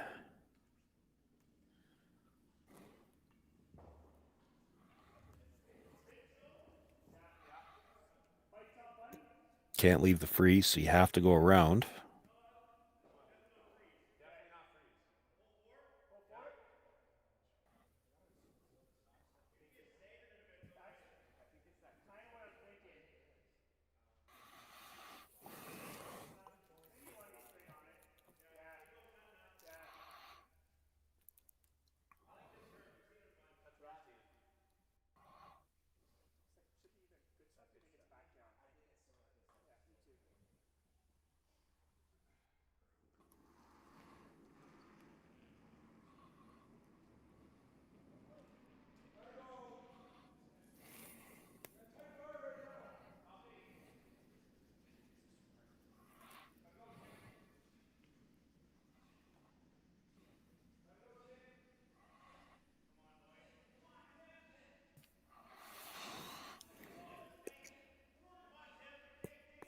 Boy, they're going to have to work to get any piece of this behind. He's going to leave the draw on the out turn. Doubles there as well. Korey'd be happy with a blank end right here, but this looks like an opportunity. You got the out turn draw, put it right on the face.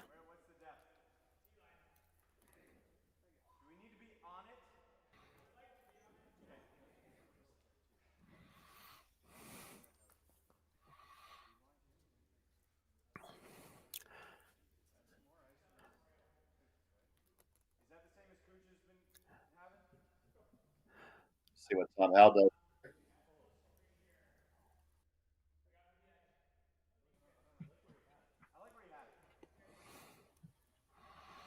Yeah, they talk about right down to the face. Now, if they're right down to the face, there's room for another one, but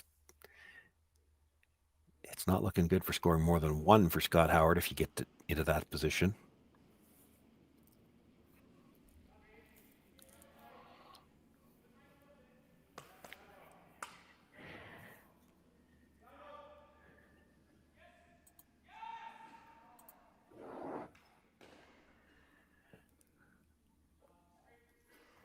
And I'm not sure what happened to that one, but it is well short. Very, very short, Shawn. They were leaning on it hard early, but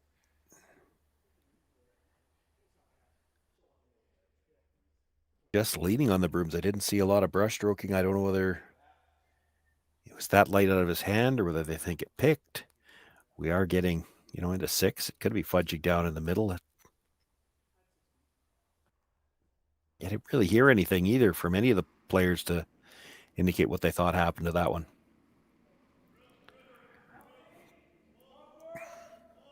So coming around for Matt Cam now.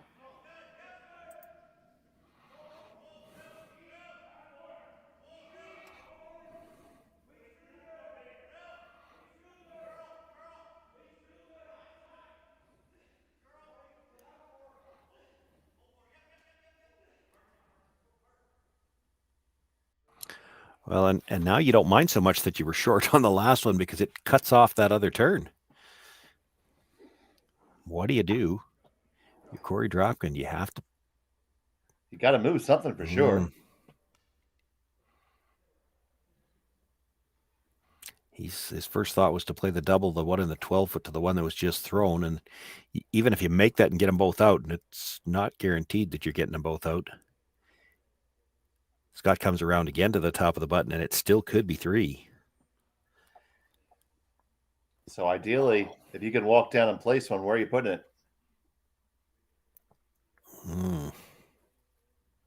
Oh, that's bad if you don't have an answer. Well, it's a tough situation. There's no good draws available.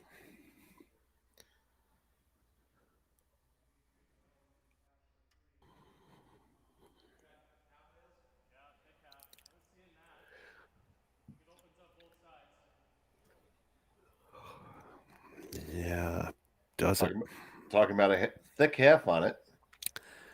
Depends what you throw for weight. If you ever hit it, the danger here with this shot, you play it and you dead jam it on the one that was just thrown, which means it's still in your way.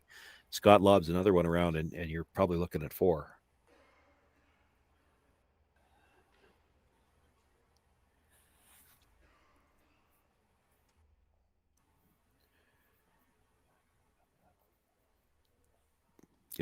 You've got less chance of doing that if you throw with more weight, but if you throw more weight, you got to take tighter broom, and that means you're flirting with the guards. Korey doesn't have a problem throwing it hard. He's got that in his repertoire for sure, but the closer you get to those guards, the more risk there is.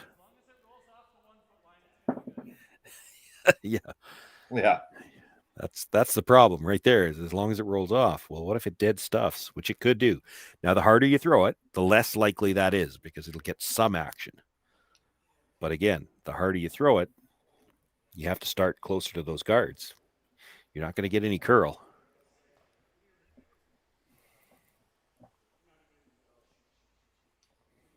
We're doing a lot of housekeeping here.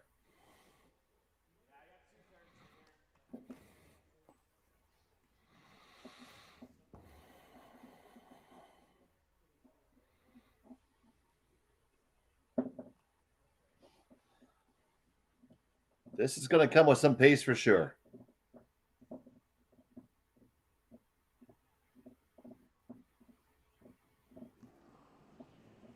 Korey Dropkin with his first.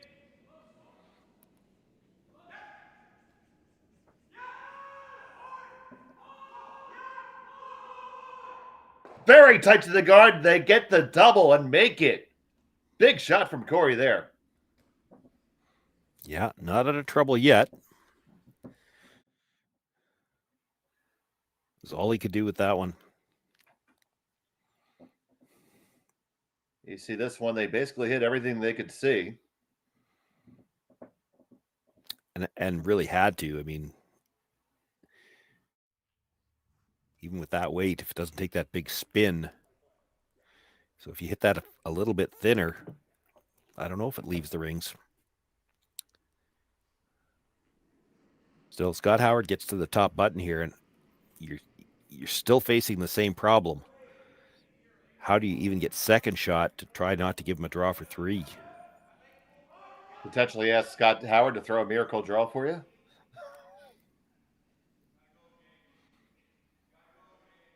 This is not getting to the top of the button.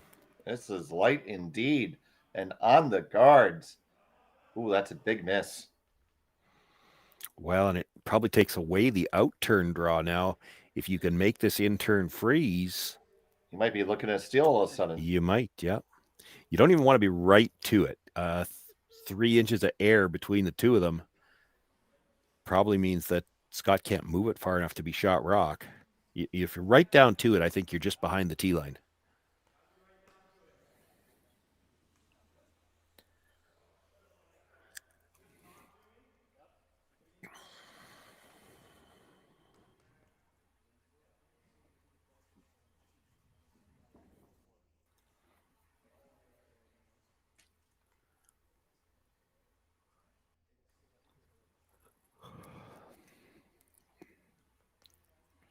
It's a potential turning point here for Korey Dropkin. Chance to get one in there for shot stone and have Scott Howard looking at a potential steal. His final of the 6th.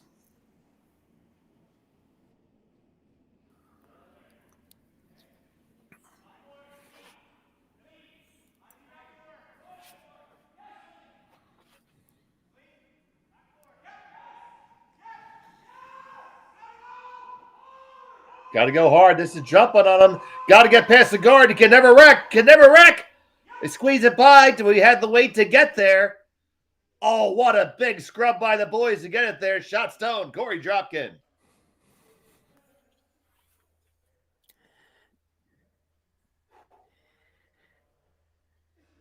I think he's going to play for the blank. Hard to get there to get shot rock. I mean, you could if you get right to the nose. But you play the run back.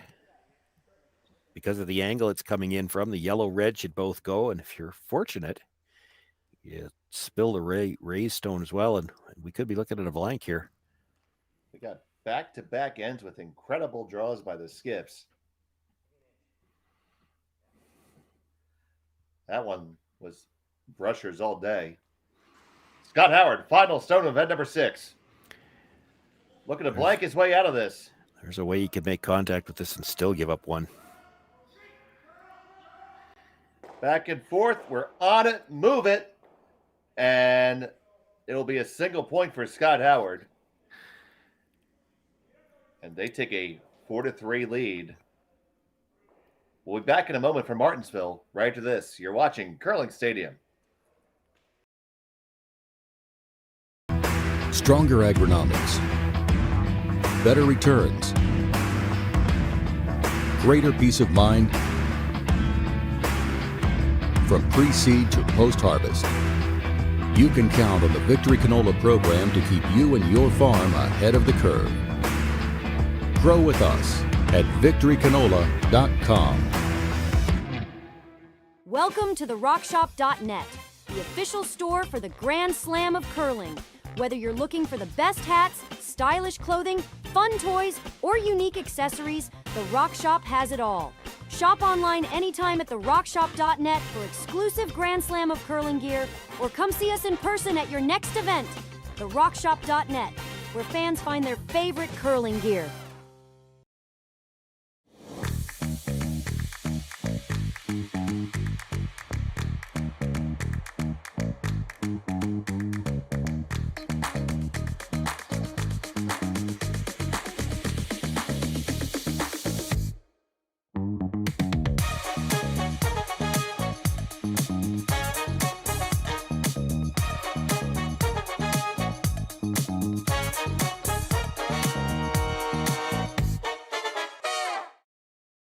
We asked Saskatchewan what they know about 5G.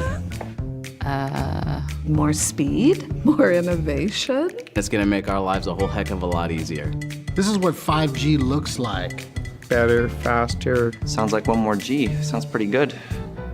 I don't know what it means. All you really need to know is the future of 5G is here and will continue improving through investments in network technology.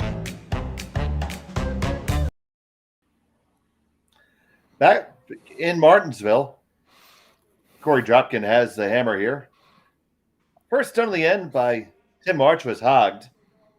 So this is the first from Mark Fenner.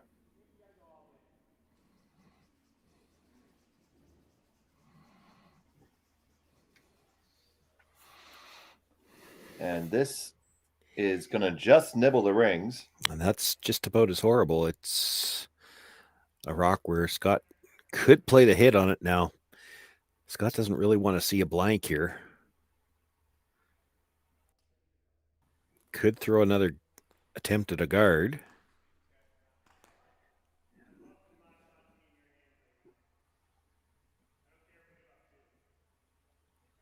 Oh, you hear the strategy there.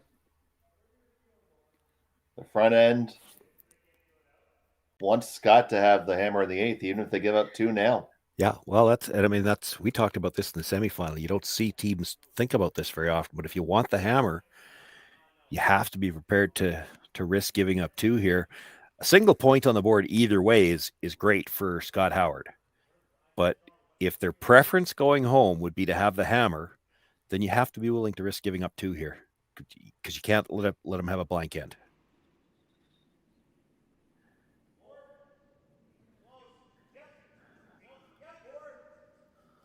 This one touching the rings. But if you get a nose hit, you don't have to be in. The first thought was to roll in. I like staying in the free guard zone.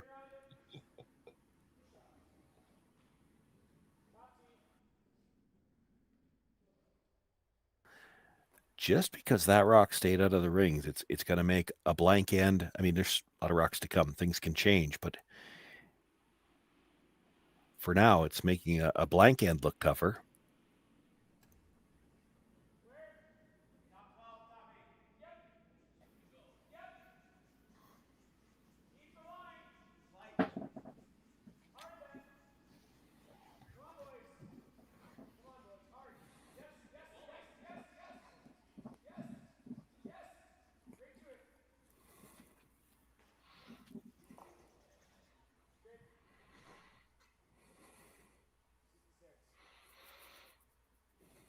So the Howard Stone has just touched into the rings now. Yeah.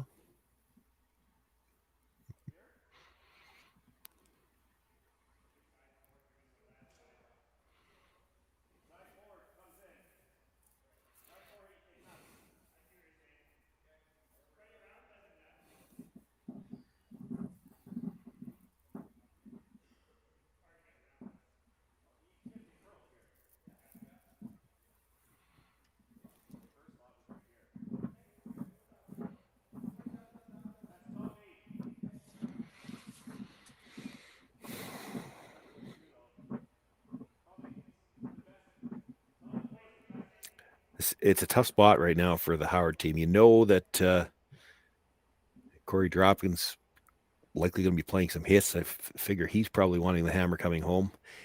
You already have the 2 stones that are in play are grouped. So they go away with 1. So you're thinking of maybe just splitting the rings here some if you're it looks like that's what they're playing, and it's tough. If you're trying to split rings and hold a force, you're on the second's first stone, you got to hold it for 6. That's really tough.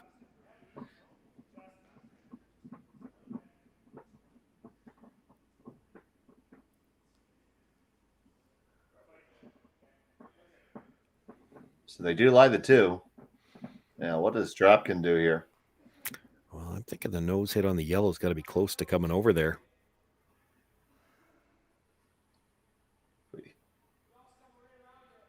Angle looks pretty good for it, really. Yeah, well, and leaves your shooter up front.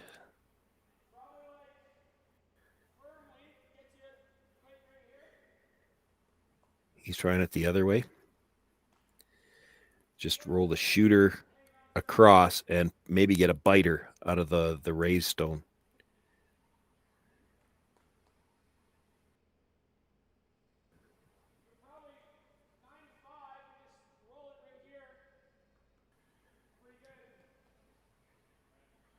I think we concur. Well, that was my first thought.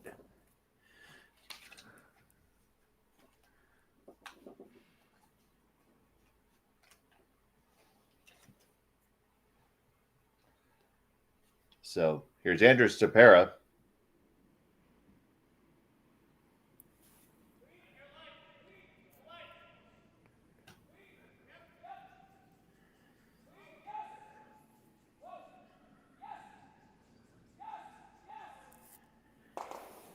Gonna get it. It's gonna skitter on over, and they're gonna park it right in front. That is a nice effort there.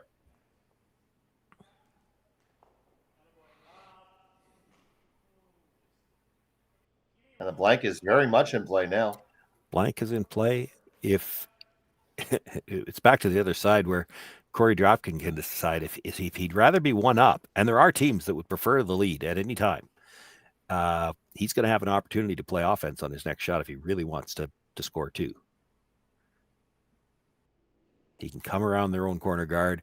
This is going to have to roll to leave some kind of an angled pocket. He could freeze into that too.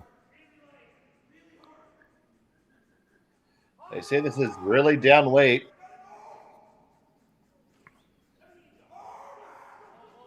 Cam trying to hold it for all of his life.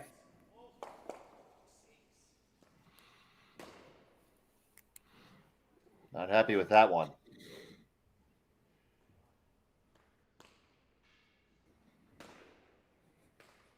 Really not happy with that one.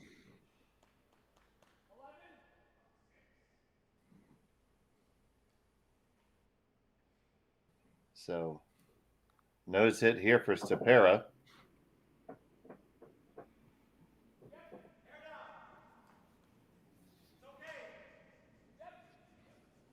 If it was later in the end, you might not even hit this. You're already shot at the back. You come around the corner. What does Scott Howard do? Well, it's the old line you always say that, if you might just be forced to take three. Yeah. Well, and that's the thing. Like, if you made the come around, the only one that he can really get at is the one at the back of the 8. Even if that was for shots, you could freeze to it. He blasts it out. You come around again, and three's on the table. It's just that it's still pretty early in the end, and you give Scott Howard too many chances to get out of it again. If that had been third's last stone, I think you go around.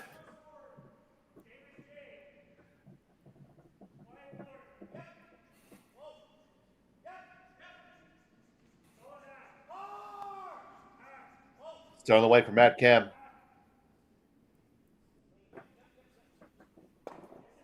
And get the hit and the roll. They do clear it out.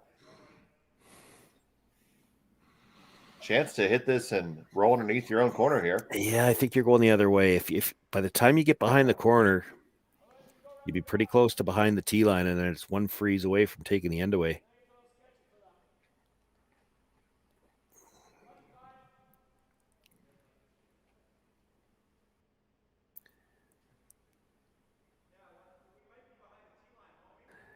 That's what I was thinking.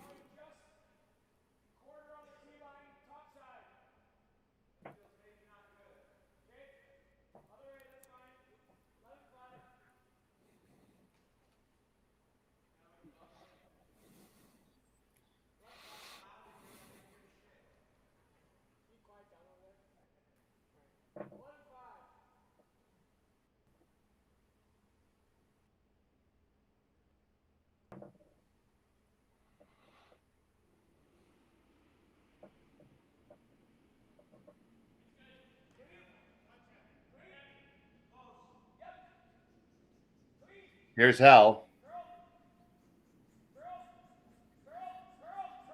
Now Stapera trying to push it over just a touch. It's going to do it, slide it by, and roll it over. Very nice outcome. Yeah, that's pretty good.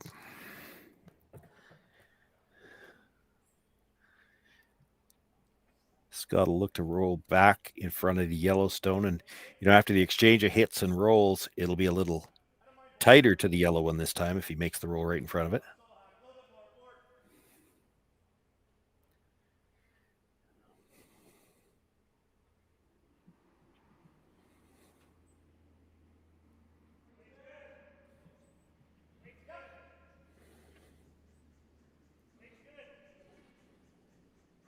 Matt Cam with his second.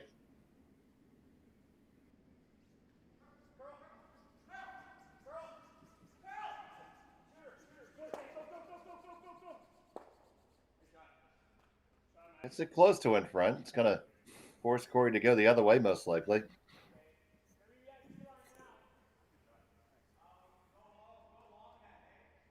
Yeah, that's what I think. You're rolling well past the guard here. Yeah, I disagree.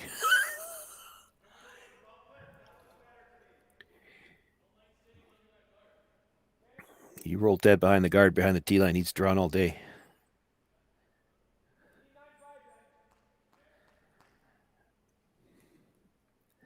But if you roll all the way across to the 12 foot on the other side, I think we're at the point in the end where he won't have time to set anything up.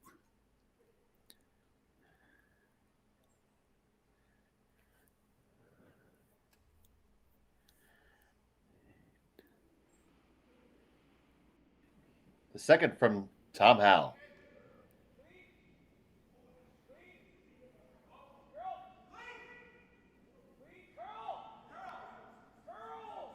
Now on the curl side. Gonna push it, gonna get the big roll over. Oh, that's pretty good, I think. Yeah, that's pretty good. Gotta hit the open one now. Yep. He's looking for basically the exchange of hits now. You hit on the nose, you hope that Dropkin hits on the nose, and then you might have angle to make a double. And that's just to get out of the end.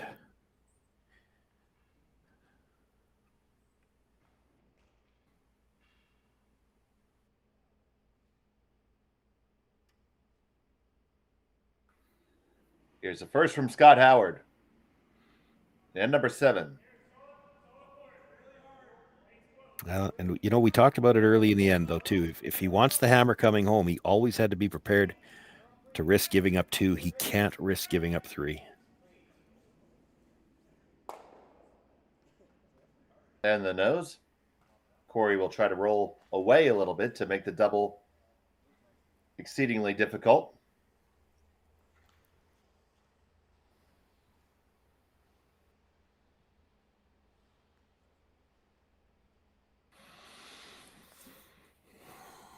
You have to be a little careful with this. You roll into the 12 foot. Scott's going to try to hit the other one and flop underneath.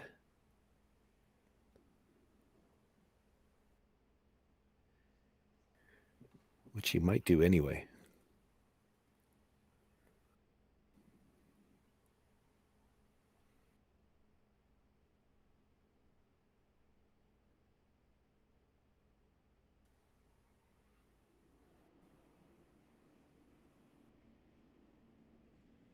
The first for Dropkin. And number 7. Looking to hit and flop a little bit to the outside here. This is coming up on them. They will get a hit. They'll get a little bit of a roll. Is it enough? No.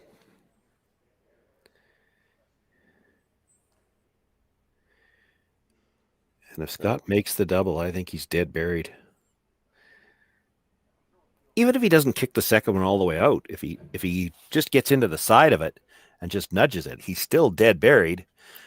Korey's got a tough shot, and it's never for more than 2. Well, we've seen Scott Howard make so many of these this weekend. A quad, a couple triples in the same game, and another one earlier today.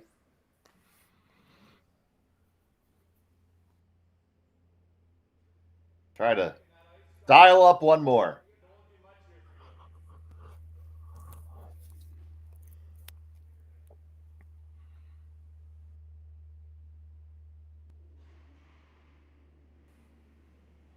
Scott Howard looking for the double. On the curl side right off the bat.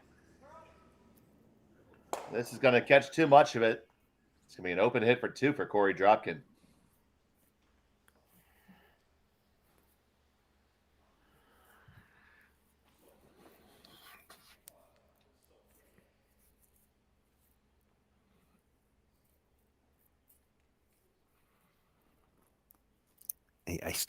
I go back to what they said at the start of the end. I don't think Scott Howard's team can be disappointed in this. They said early on they wanted to have the hammer coming home. Well, you had to be willing to risk giving up 2. They've done it. They've got the hammer coming home. They'll try to score their 2 for the win. Korey Dropkin's, they've got a strong hitting team. They're probably comfortable being up 1 too. This may be a case where both teams are right where they think they want to be, and it's the battle of the that's the old saying now is, would you rather be 1 up coming home without last rock or 1 down with? And you might have 2 teams here that have a different answer to that, and we'll see which one it works out for. Korey makes his deuce in 7. We're coming back for at least one more end. After this from Martensville, you're watching Curling Stadium. I don't remember a time when curling wasn't a part of my life. When I wasn't putting in the sweat and hard work to be the best that I can be. Clocking in the time, the effort to practice day in, day out. Curling is more than just a game. It's a family, a community. And when it's time to play, I know I'll be ready. Hardline, supporting hundreds of our next generation athletes. Imagine being able to stream every curling game from every sheet from any event, be it your Wednesday league game, bonspiel, or corporate event.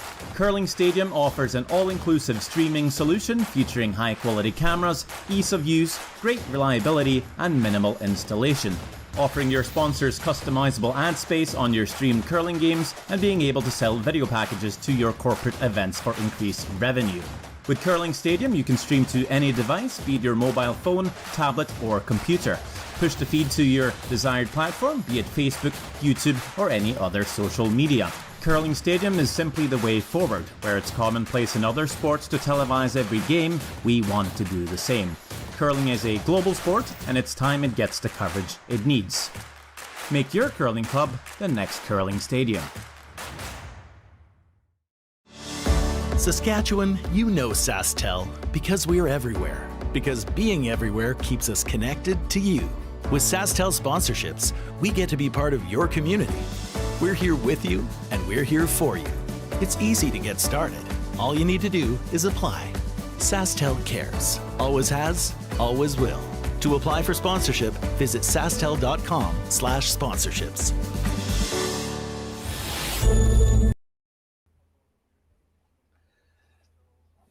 Welcome back to Martensville. It's the Curling Stadium, Martensville International. It's the finals between Scott Howard and Korey Dropkin. I'm Dave Schmel, joined by Shawn, Joyce, and all of you watching. Thank you so much for watching. If you haven't done it yet, please smash that like button. Helps us out with the algorithm. If you haven't subscribed to Curling Zone, what are you waiting for? Keeps you up to news and up to date on everything in curling. It was a deuce for Dropkin in end number 7. Scott Howard has the hammer here in the 8th. And Shawn, what do you expect out of the teams right now? Guards. Lots and lots of guards. Scott's going to want to try to get his deuce, so he's going to throw the corner. And I think, we see this all the time in these situations. That really the easiest way to defend against the corner guards, because you can't hit them until if you're throwing first, it's the 7th stone of the end before you can hit a corner guard. Can't hit it yet on your 5th. So the easiest way to defend against the corners is to plug up the middle yourself and try to draw the play to the middle. And so it becomes a really interesting game of cat and mouse. It's fun to watch these ends and the way they'll develop. I wouldn't be surprised to see a second center guard here.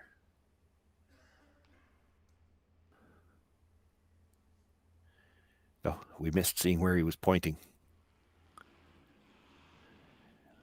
That could be ace for the come around.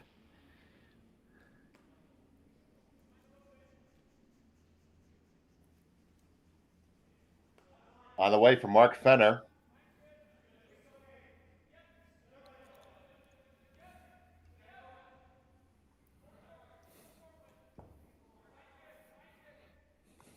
They are playing the come around.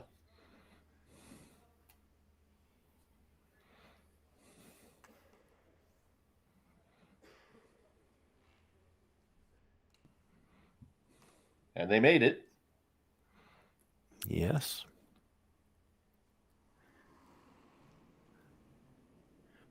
Tim March will try to freeze.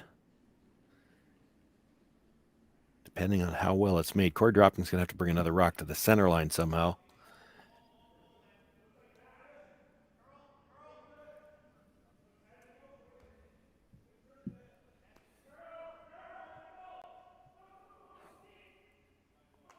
This one needs to walk over to be a good freeze. Yeah, you probably have to come into the house now. You can't just throw a second guard up there with that angle.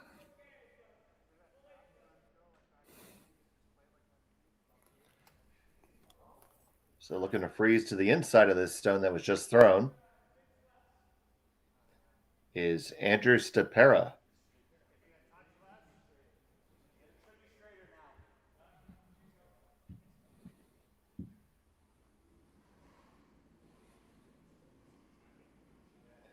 Heard them mention that the ice is straightening up just a touch here.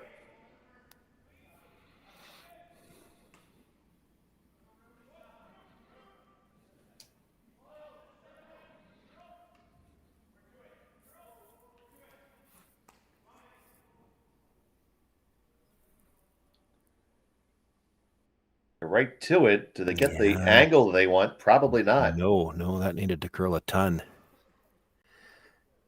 Nose hit kills both yellows. And you don't have to whip it. You don't have to kill both. It'd be nice to kill the one out of the top 8 and at least move the other one back. You could throw this with whatever weight you like. Hack, bumper. Or if you want to throw weight, you could throw weight. There's a little bit of air to the inside.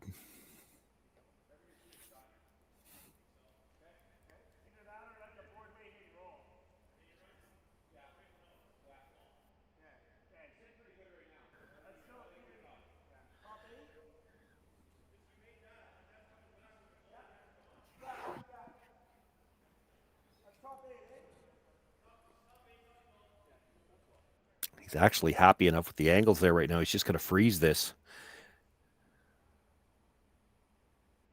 I can't blame him. The yellow angle is horrible for Korey Dropkin and great for Scott Howard. You don't have to play it yet.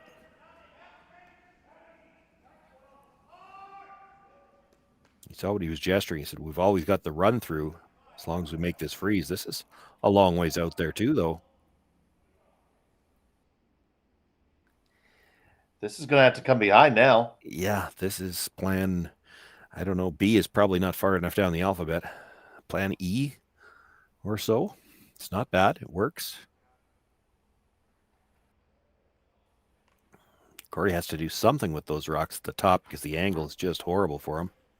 Yeah, I think Korey's looking to just jostle him a touch. Yeah, the angle on the yellow-red's still going to be bad. There's nothing he can do about that on one shot.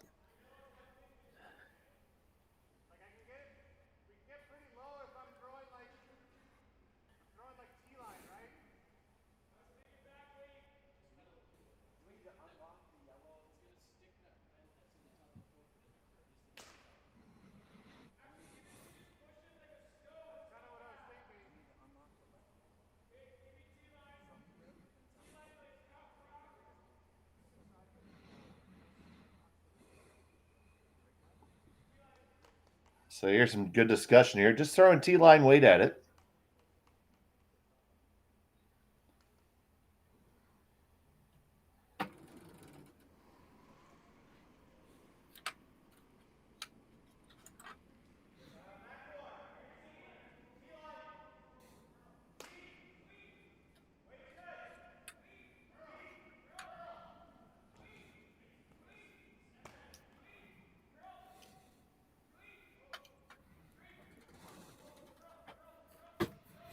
Going to do what they want it to do.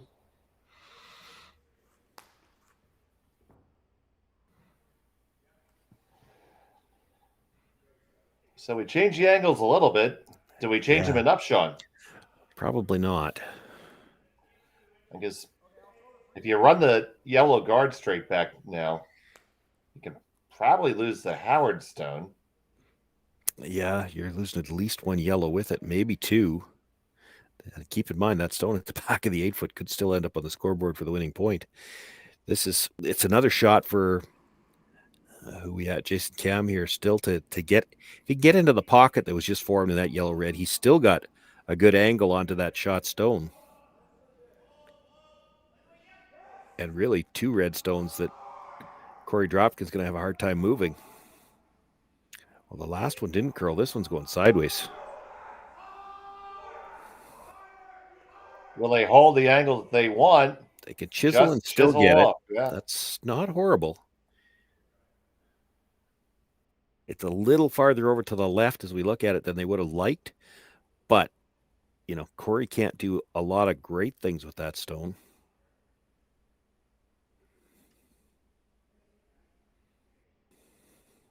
He's going to refreeze the new pocket. You got to be careful with that. The run back possibly could kill the rock that was just thrown and the red, but I'd be tempted. I don't love that either. I'd be tempted if they can get there. And I mean, it certainly looked like you could earlier in the week or even earlier in the game, but it is fudging down the middle. If you could tap the stone at the top of the 8-foot, just move it up about 6 inches on a bit of an angle so that you've got the slash in from the other turn and leave your shooter in the pocket that would be formed then. I kind of like that. It's tough.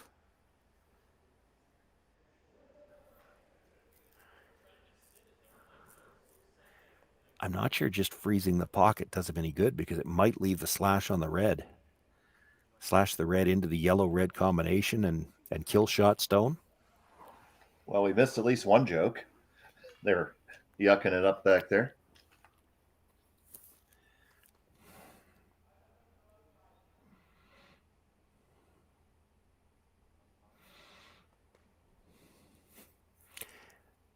This should take care of that stone at the back 8-foot anyway. That might be the only one that leaves here.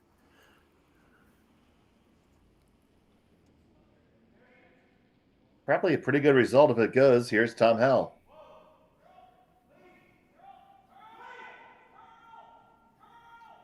Hard on the curl side. Needs to move. Gonna kill that one in the back.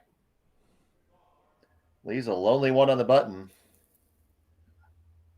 Second and third belong to Scott Howard.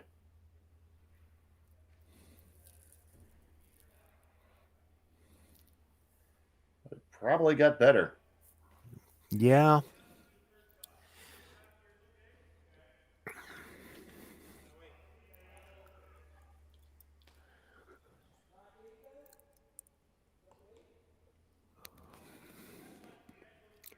Be looking for the yellow-red tap to the side of the 4-foot right now, and don't think he wants to be right on the nose. He doesn't want to leave it lined up, I don't think.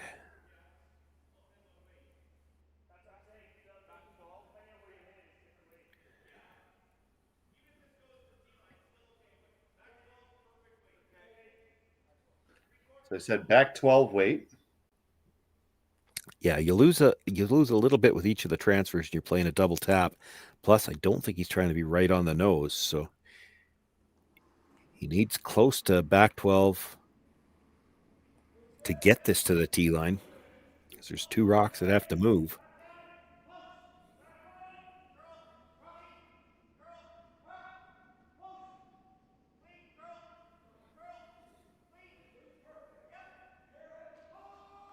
They love the weight. Jumped on him a touch.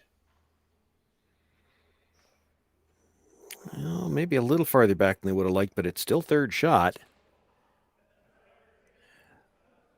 That yellow at the top of the 8-foot that's available could be driven onto the red-yellow combination.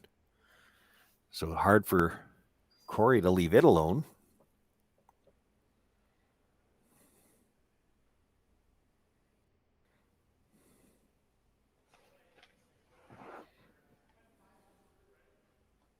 You see there, it's shot stone for Korey Dropkin, second and third belonging to Scott Howard.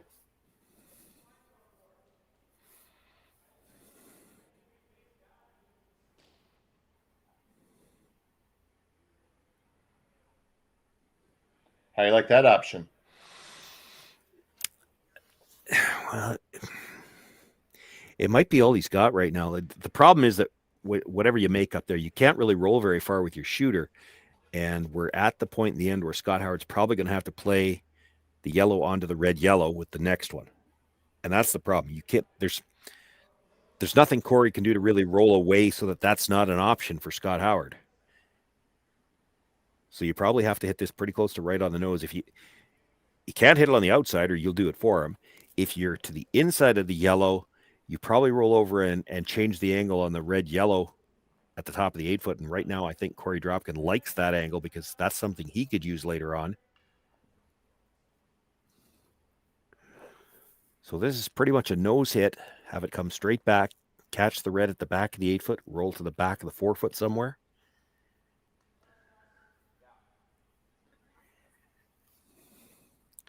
He knows Scott Howard's probably going to use the shooter to make a play on the shot rock. And then you have to react to where everything lies after that.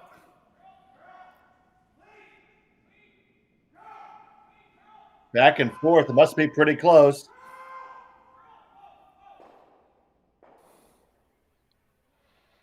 Rolled to the back four. They like to. Pretty good. That's the best he could do, I think.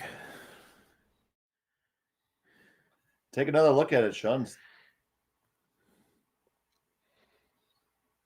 It didn't any more than get by the 2 stones at the top of the 4 foot. Like, it just came up enough at the end.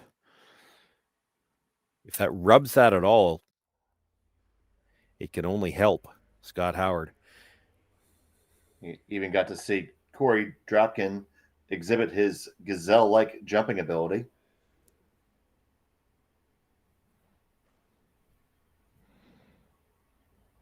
I think you have to play the yellow, red, yellow. I'm not seeing anything else. So the yellow they just touched onto the red, onto the other yellow. Yeah. Well, I guess the only other thing I'm seeing, and whether or not this is tough, I don't see any way you could hurt yourself. You could hit the yellow on the outside a little bit, try to touch one of the other 2 stones, be it the red or the yellow, and it spins off the back of that and still catches the red yellow, but it would at least mess up that angle at the top.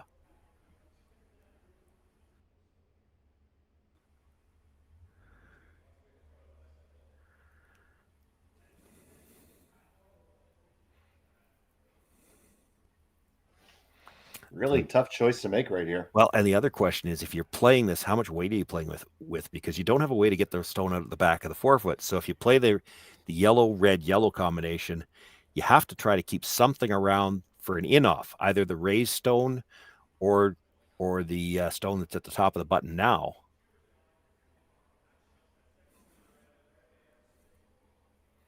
Which probably means you're throwing just about hack weight.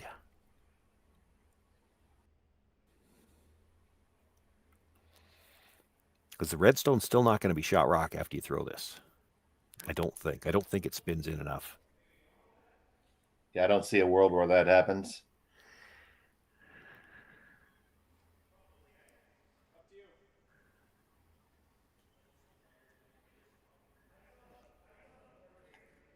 You still have those angles in the front that Korey's been preserving the whole time.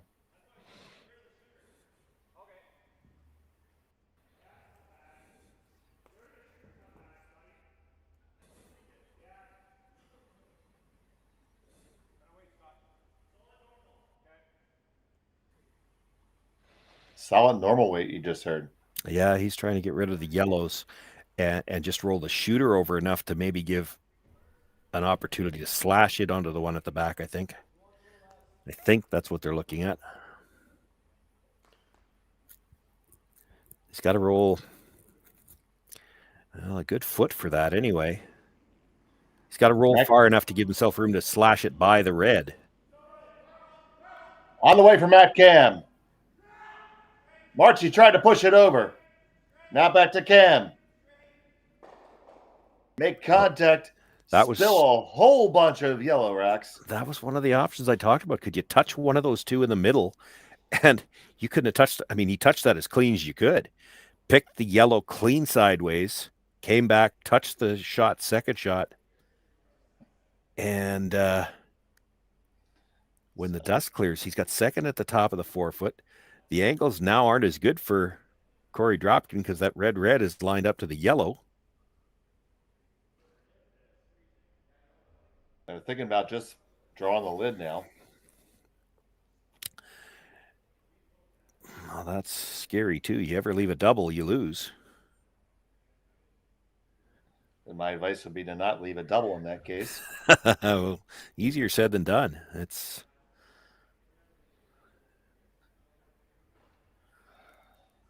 Is the red, well, the yellow into the red even there? Oh yeah. Depending what the. As long as you make them both go, you're not losing now. To get both reds to go? Yeah. I don't think both reds. There's probably a way to hit it to do it. It's tough. I don't think anything's going to be easy at this point, buddy. Well, but here's the thing: are you making like if you lose the yellow at the back of the 4-foot? Yes, you could still lose, and B, you're also opening up a lot more scoring area. Like right now, it's hard for Scott Howard doesn't have shot rock yet, and he doesn't have a guaranteed way to get it. So if you blast everything out of the middle, he's drawing around the corner. He's got backing and a corner guard. So pointing at the lid and maybe just corner freezing onto the red there in the 4-foot.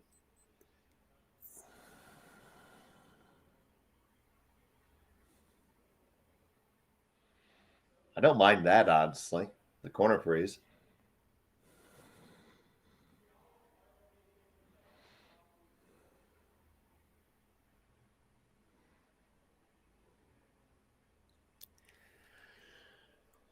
You'd probably actually generate an angle that if Scott tried to run something into it, you lose stones instead of gain them. Put it right there. Yeah. Now that's not easy. That edge of that stone is what 2 to 3 inches underneath the stone that's biting the top of the 8-foot. That appears to be the call. The broom goes down. If you don't get underneath the stone at the top of the 8-foot, you could leave a double on the yellows.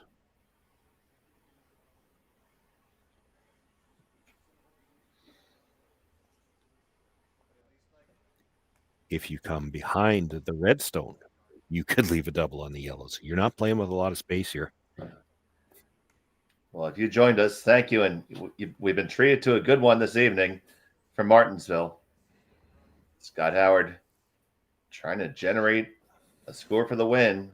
Korey Dropkin holding a 1 rock advantage. Trying this delicate draw here.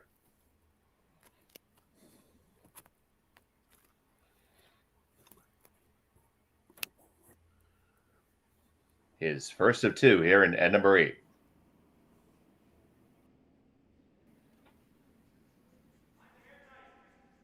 They're on it right off the bat.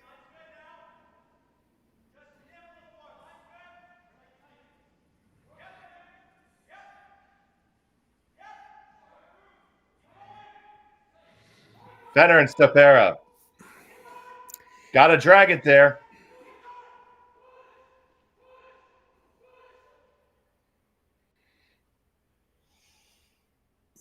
A little light.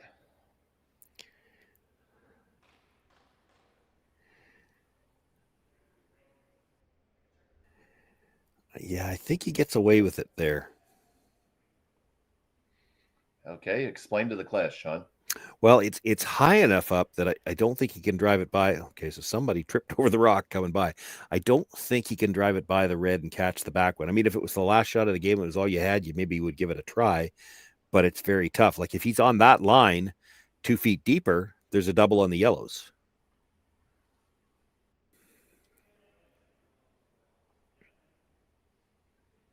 You see the difference?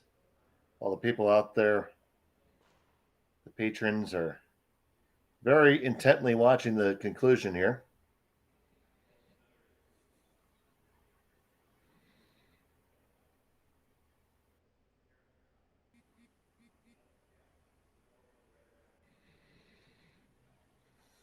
they're not looking at playing that angle running on the guard right now. They're looking at it as, well, we've got that if we need it for the win.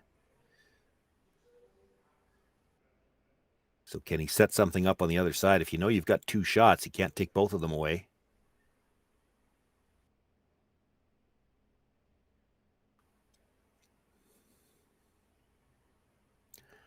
The first thing I saw them indicate was if you could chip the, looks like it's the 7 stone sitting there, that red stone, if you could chip it, touch the side of the red, spin it in, and have your shooter come over, almost like a split. That's a great result. The problem is that guard's pretty much directly in front of the red.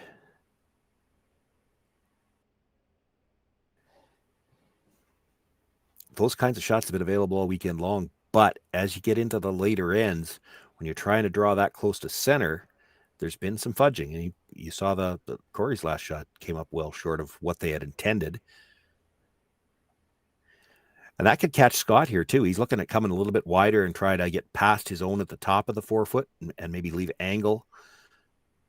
And he'll be in better path. Like, he won't get into the middle path, and this could very easily slide too far for him if that's what they decide to play. So that middle path where all the sliding has been done, and just that pebble tends to get worn down a little bit more. Yeah.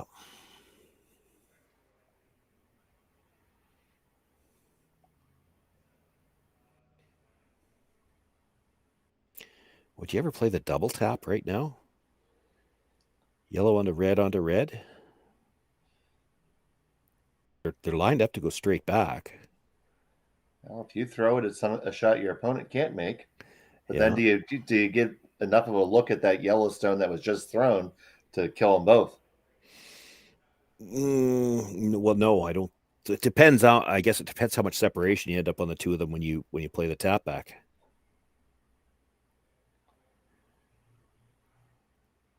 Boy, I don't think I'm throwing it with this much weight. He's throwing that shot. He's throwing it as a full weight hit.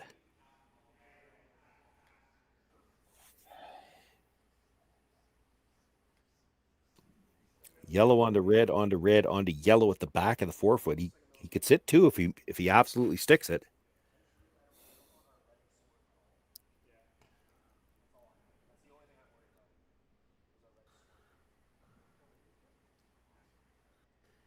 Okay, he's throwing it as a hit. I wouldn't call this full weight. With that much ice, he's probably throwing like bumper. Just so they can control it a little bit with the brushes.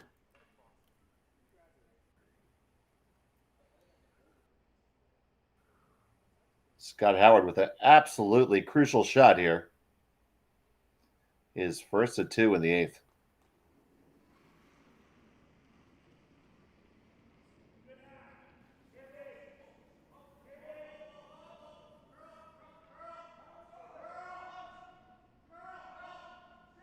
Starting to curl a lot now. Did they over rush it? Get the 1, tap it. Well, it worked. That's funny. With the ice they were playing, I thought they were trying to move everything. That was only a hack weight call with 3 rocks to move. He was always playing it as a double tap. They do have shot rock. Korey thought about this coming through the port. It's a tight port.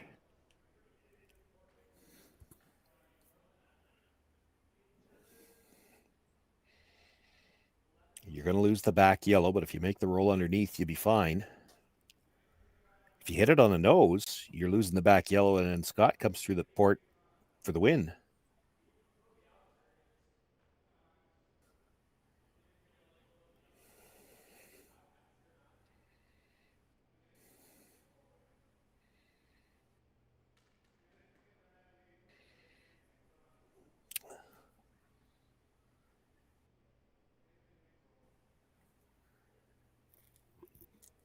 Port is certainly there. It's there to get to the rock. I mean, if you're going to throw the weight to get through there, there's danger of rolling too far. Like if you roll to where he's tapping with the broom, and I don't know if he's thinking to roll there or he's worried that he rolls there, there's room for Scott to come through the port on the in-turn between the 2 red guards, get to your shooter, and he would only have to tap it back a bit. This is 8th end. If they're still tied, they'll play an extra.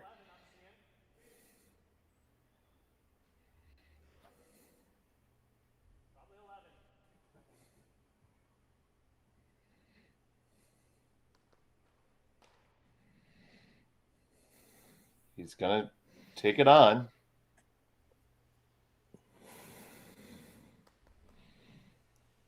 Boy, this is a tough roll with 11.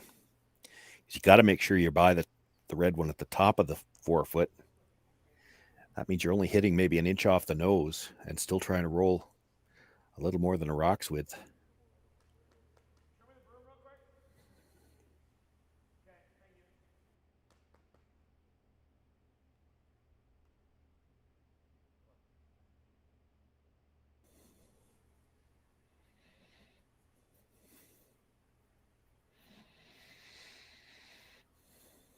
Korey Dropkin and their squad from Duluth. Final stone of the 8th of theirs. Can they navigate it? They're on it right away.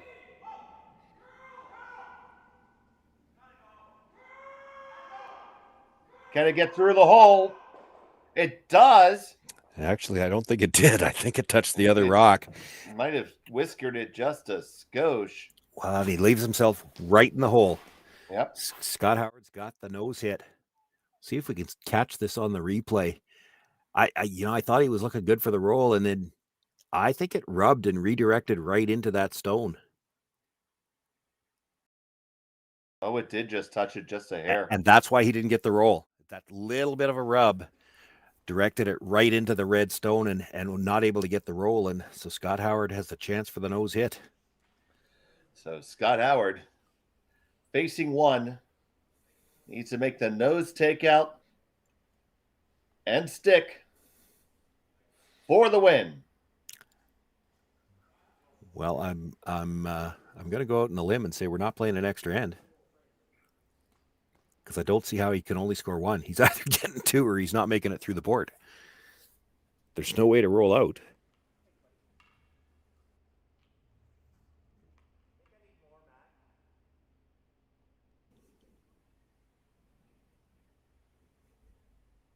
Scott Howard, his final stone of the 8th.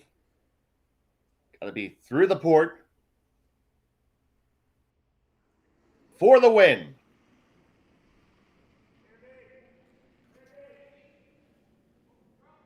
Say it's a hair big. Already on the curl side. Can they move it over enough? Can they move it over enough and get it past the guard? No, they can't. And it's going to be a steal of one for Korey Dropkin, and he wins the Curling Stadium Martensville International in a thriller of a final. Take us through this one. You know, you see so many of these top players have learned to throw their rock straight, a little in out on that release. And as you get close to the center line late in the game, it just would not take the finish. They were on it for curl all the way down, just rubs the top one.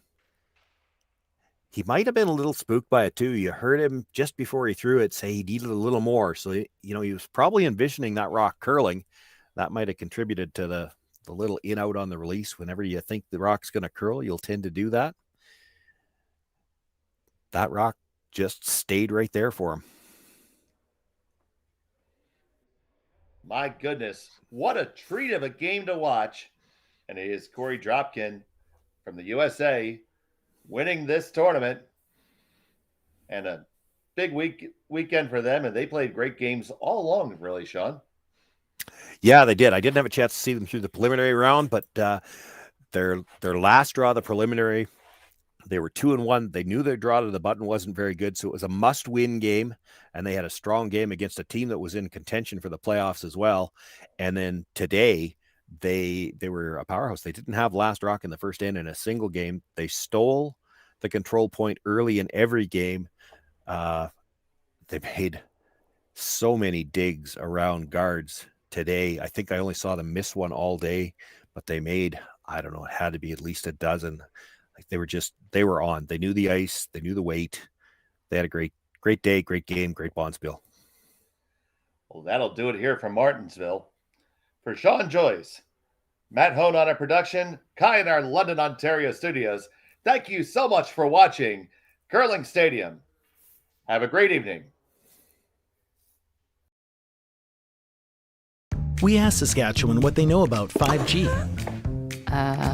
More speed? More innovation? It's gonna make our lives a whole heck of a lot easier. This is what 5G looks like. Better, faster. Sounds like one more G. Sounds pretty good. I don't know what it means. All you really need to know is the future of 5G is here and will continue improving through investments in network technology. Handcrafted in Canada, Hardline's ice pad has revolutionized curling for over a decade. Engineered with top-tier precision and durability, it is backed by an unmatched 10-year warranty. Designed for curlers at all levels to sweep effortlessly with maximum efficiency, it is trusted by the world's best curlers, including Olympic and world champions. It is quite simply the best brew in the game. Hardline. Join the revolution.